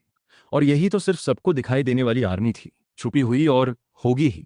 कमीने पीले बंदर। अभी से ड्रैगन नेशन की हर मूव पर नजर रखो, सभी बेसिस पर अलर्ट, जब भी जरूरत पड़े लड़ने के लिए तैयार रहो। स्टार नेशन के व्हाइट हाउस में बूढ़े प्रेसिडेंट गुस्से से उछल रहे थे, गालियां देते हुए मिलिट्री टॉप ऑफिशियल्स को ऑर्डर्स दे रहे थे। सकुरा नेशन के प्राइम मिनिस्टर ने भी इमरजेंसी मीटिंग बुलाई। वो भी गुस्से में थे, लेकिन जो लोग समझ रखते थे उन्हें उनकी घबराहट साफ दिख रही थी। 8 great dragon nation allied Nations, तुरंत बिग ब्रदर को कांटेक्ट करो, उनसे मदद मांगो। अगर ड्रैगन नेशन ने वर्ल्ड वॉर शुरू किया तो सबसे पहले हम पर हमला होगा।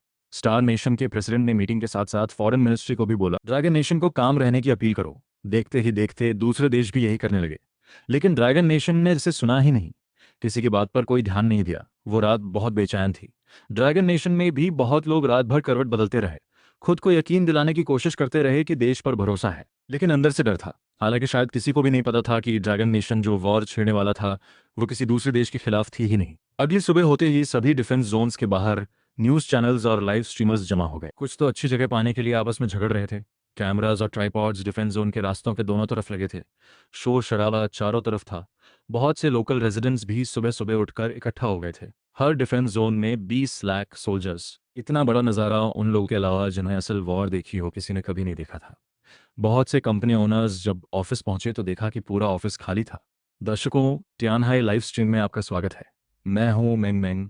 टियानहाई डिफेंस जोन की एक ऊंची बिल्डिंग की रूफटॉप पर प्यारी और क्यूट मेंग मेंग कैमरा के सामने मुस्कुराते हुए बोली, आ गए।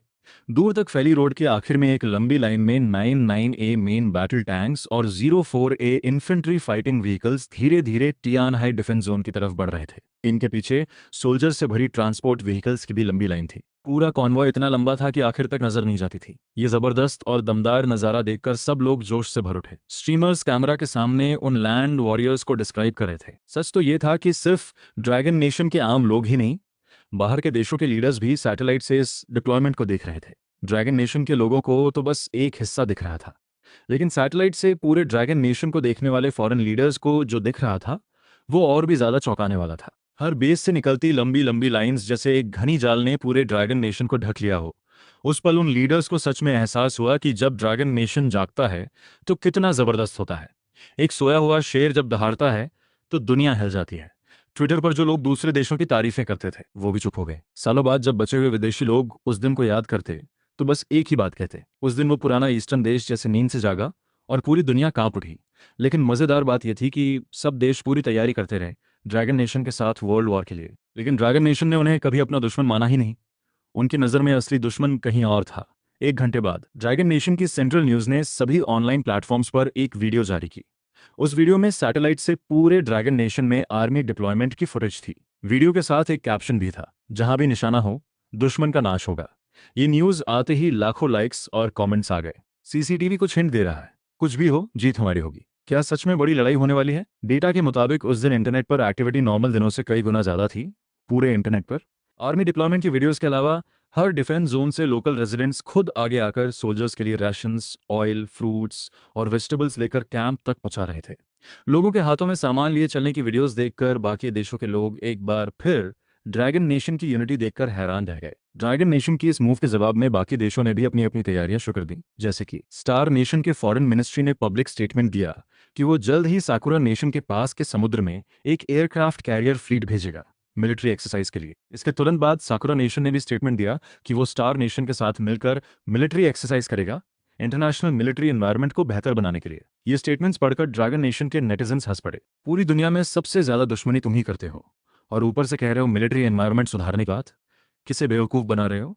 25 सितंबर 2025 सुबह 9 बजे मिड स्पेशल ब्यूरो ने सभी प्लेटफॉर्म्स पर न्यूज़ पब्लिश की। कैबिनेट के सभी top leaders, mid special bureau chief और ड्रैगन नेशन के सभी डिपार्टमेंट्स के सीनियर ऑफिशियल्स की सहमति से कल पूरे देश में सभी सेक्टर्स में एक दिन की छुट्टी रहेगी। सभी नागरिक घर पर रहें, बाहर बिल्कुल ना निकलें। ये न्यूज़ आते ही इंटरनेट पर फिर धमाका हो गया। क्या शुरू होने वाला है? छुट्टी तो चाहिए, लेकिन फ्यूचर की टेंशन भी है। सुंदरी घबराओ मत, एड्रेस दो, अंकल प्रोटेक्ट करने आ रहे हैं। सब अपने अपने रिएक्शंस दे रहे थे। बहुत से स्कॉलर्स ने भी ऑनलाइन अपनी राय रखी। एक स्कॉलर की बात पर सबसे ज्यादा लाइक्स आए। मेरा कहना बस इतना है कि जो जिसका काम हो वो करे, देश की बात मानो, घबराने की जरूरत नहीं, हिचकिचाओ मत, देश पर भरोसा रखो। 5000 साल में कितनी मुसीबतें आई, फिर भी ड्रैगन नेशन खड़ा है। बाकी पुरानी सिविलाइजेशंस कहाँ गए? हमारी असली ताकत ना 1.4 बिलियन लोग हैं, ना हमारी आर्मी। हमारी ताकत है वो दिल जो किसी भी मुश्किल में हार नहीं मानता। आधे घंटे बाद मिड स्पेशल ब्यूरो ने एक और बड़ी न्यूज़ दी। कल सुबह 9 बजे मिड स्पेशल ब्यूरो पूरे देश के लिए एक प्रेस कॉन्फ्रेंस करेगा। कैबिनेट के सभी leaders, mid special bureau chief और ड्रैगन नेशन के सभी सीनियर ऑफिशियल्स शामिल होंगे। साथ ही ड्रैगन नेशन की सबसे रहस्यमयी और सबसे ताकतवर मिड स्पेशल फोर्स पहली बार पब्लिक में आएगी और इंस्पेक्शन के बाद अपने अपने डिफेंस जोन्स की तरफ रवाना होगी। ये सुनते ही ड्रैगन नेशन और दूसरे देशों के नेटिजन्स बोल उठे। इन 2 दिनों में ड्रैगन नेशन ने इतना शेयर किया है, दुनिया को कितनी बार चौंका दिया है। मिड स्पेशल फोर्स सबसे रहस्यमयी और सबसे ताकतवर? यार, हमारे देश में ऐसी भी कोई स्पेशल फोर्स है? 7 जेन 7 जेन+1 7 जेन+ 10,000। जब पूरा ड्रैगन नेशन एक्साइटेड था, उस वक्त स्टार नेशन के व्हाइट हाउस में वो बूढ़े प्रेसिडेंट फिर से भड़क रहे थे। इन दिनों वो न जाने कितनी बार ऑक्सीजन ले चुके थे। ब्लड प्रेशर इतना बढ़ा हुआ था कि पास खड़ी मेडिकल टीम डर रही थी कि कहीं अभी गिर ना जाए। Mid special force? शिट, वो एजेंट्स आखिर काम क्या करते हैं? इतनी ज़रूरी इन्फॉर्मेशन भी नहीं जुटा पाए। कोई बताएगा मुझे कि ये मिड स्पेशल फोर्स है क्या? प्रेसिडेंट के इस सवाल पर स्टार नेशन के मिलिट्री टॉप ऑफिशियल्स एक दूसरे को देखने लगे। किसी ने कुछ नहीं बोला। मजाक है क्या? मैं खुद नहीं जानता। तुमसे पूछूं तो किससे पूछूं? उस पल सभी वेस्टर्न कंट्रीज में टेंशन फैल गई। जो ड्रैगन नेशन हमेशा लो प्रोफाइल रहता था, वो खुद कह रहा है सबसे रहस्यमयी और सबसे ताकतवर। इससे ही पता चलता है ये फोर्स कितनी पावरफुल है। बहुत से देश अपनी आर्मीज तेजी से मूव कर रहे थे, डिफेंस पोजीशंस बना रहे थे। डोंगफिंग बेस के रूम में मैं चुपचाप मिडनाइट का इंतजार कर रहा था। ये मेरी आखिरी बार होगी जब मैं मिथहेरा गेम की गिफ्ट पैक्स खरीदूंगा, और गेम बंद होने का भी यही वक्त होगा। ड्रैगन नेशन टाइम 2 सितंबर 2025 रात के 12 बजे गेम शॉप में गिफ्ट पैक्स फिर से रिफ्रेश हुए। इस बार अर्ली अवेकनिंग एक्सपीरियंस पिल पैक्स की लिमिट ज्यादा थी, 5 बार खरीदे जा सकते थे। हर पैक में 200 पिल्स थीं जो लेवल 50 से नीचे वालों के लिए थीं, और एक बार में लेवल 10 बढ़ा देती थीं। मैंने बिना सोचे सारे पैक्स खरीद लिए। इन पिल से ड्रैगन नेशन के मिथरा को फेस करने की तैयारी और मजबूत हो जाएगी। गिफ्ट पैक्स खरीदने के बाद मेरे फोन में एक अजीब और शानदार आवाज आई। सम्मानित ब्लू स्टार के एकमात्र बेटा प्लेयर चेंशुएन, इस वक्त के साथ के लिए शुक्रिया। अब कृपया मिथ बेटा गेम को रेट करें। ये सुनते ही फोन पर रेटिंग ऑप्शंस आ गए। मुझे हंसी आ गई। यार, सब कुछ फैंटेसी बना दिया और गेम रिव्यू भी मांग रहे हो। आखिर में मैंने थोड़ा मन मारकर सब 5 स्टार्स दे दिए। इस मिथ बीटा गेम को एक परफेक्ट रिव्यू दे दिया। आपकी रेटिंग के लिए शुक्रिया। आपने इस बीटा गेम को इतनी हाई रेटिंग दी है, इसलिए हम आपको कुछ स्पेशल इन्फॉर्मेशन दे रहे हैं। मैसेज 1, मिथ एरा आज दोपहर 12 बजे ब्लू स्टार पे आएगा। आने से पहले कोई वार्निंग नहीं होगी। मैसेज 2, मिथ एरा में कुछ वाइल्ड बीस्ट्स अच्छे भी होते हैं, कुछ बुरे भी। अगर अपने देश की मदद करनी है तो फ्रेंडली बीस्ट्स के साथ बात करके अलायंस बनाने की कोशिश करो।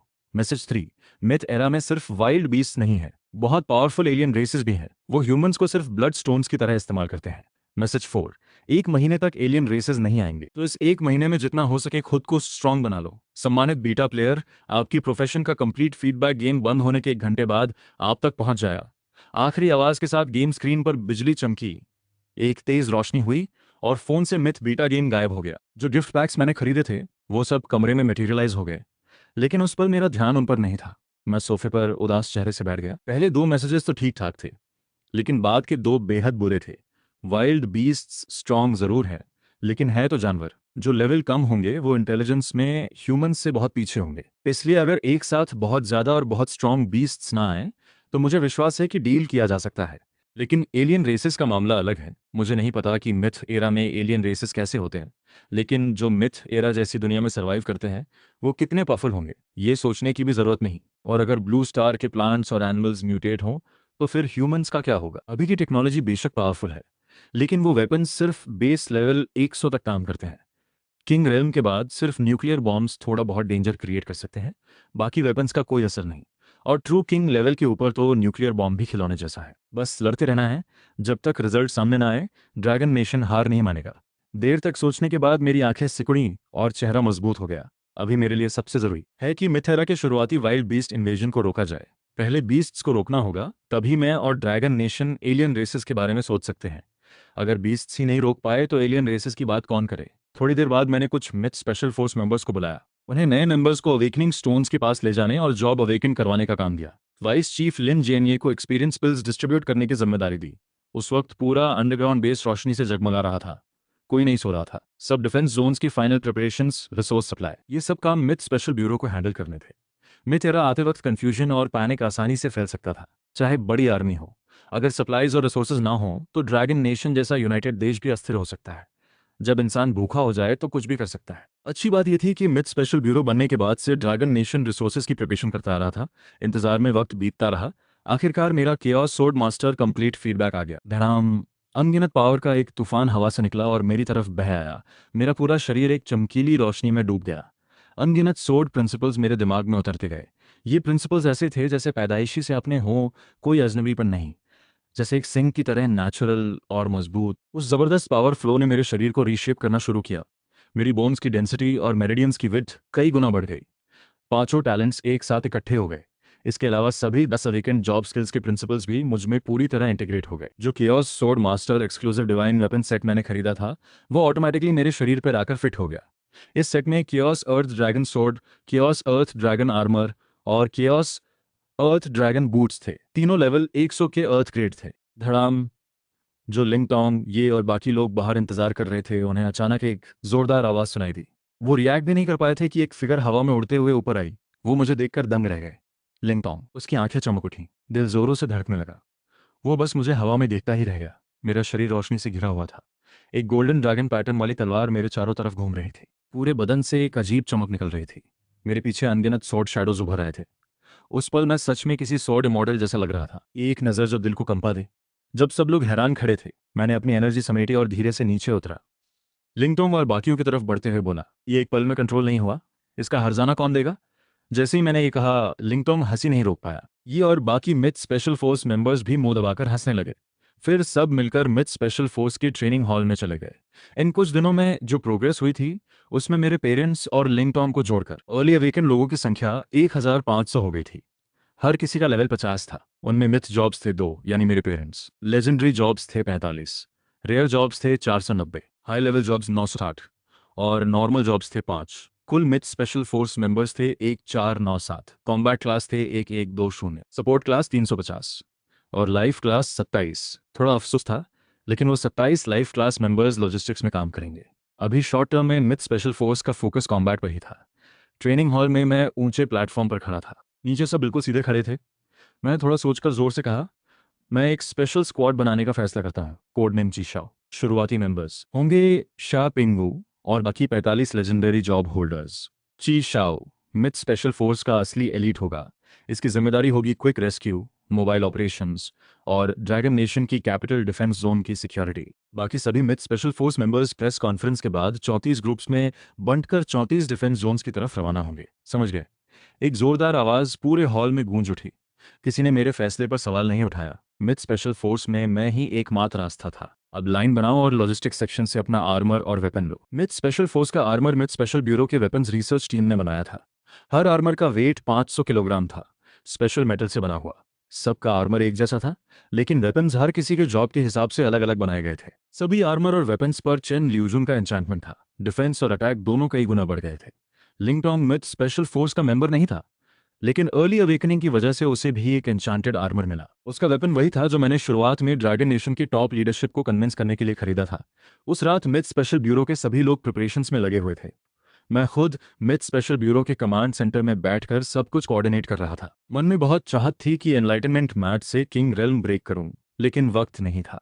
मिथ एरा के शुरुआती फेज में पूरे ड्रैगन नेशन को मेरी जरूरत थी। अगर इस वक्त क्लोज डोर ट्रेनिंग में जाता और कुछ हो गया, तो मैं ड्रैगन नेशन का गुनहगार बन जाता।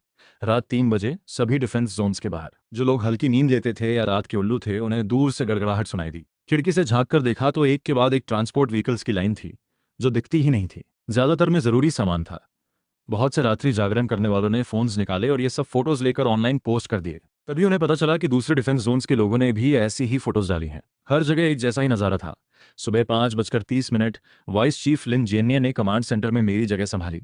मैं लिन टोंग, ओल्ड ये, ओल्ड शन और मिथ स्पेशल फोर्स के बाकी मेंबर्स को लेकर ट्रांसपोर्ट व्हीकल्स में बैठकर तियानहाई एयरपोर्ट की तरफ निकल पड़ा। वहां से कमर्शियल फ्लाइट लेकर कैपिटल पहुंचना था। रास्ता कंप्लीटली क्लियर था। बिना किसी रुकावट के हम जल्दी फ्लाइट पर पहुंच गए। सुबह की पहली लालिमा आसमान को रंग रही थी। सुबह 7 बजे ड्रैगन नेशन के सभी लोग, चाहे बूढ़े हो जवान हो, टीवी खोलकर नाश्ता करते हुए प्रेस कॉन्फ्रेंस का इंतजार कर रहे थे। जो डिफेंस जोन की वॉल्स के पास रहते थे, उन्हें हैरानी हुई कि न जाने कब से टैंक्स वॉल्स के नीचे आकर खड़े हो गए थे।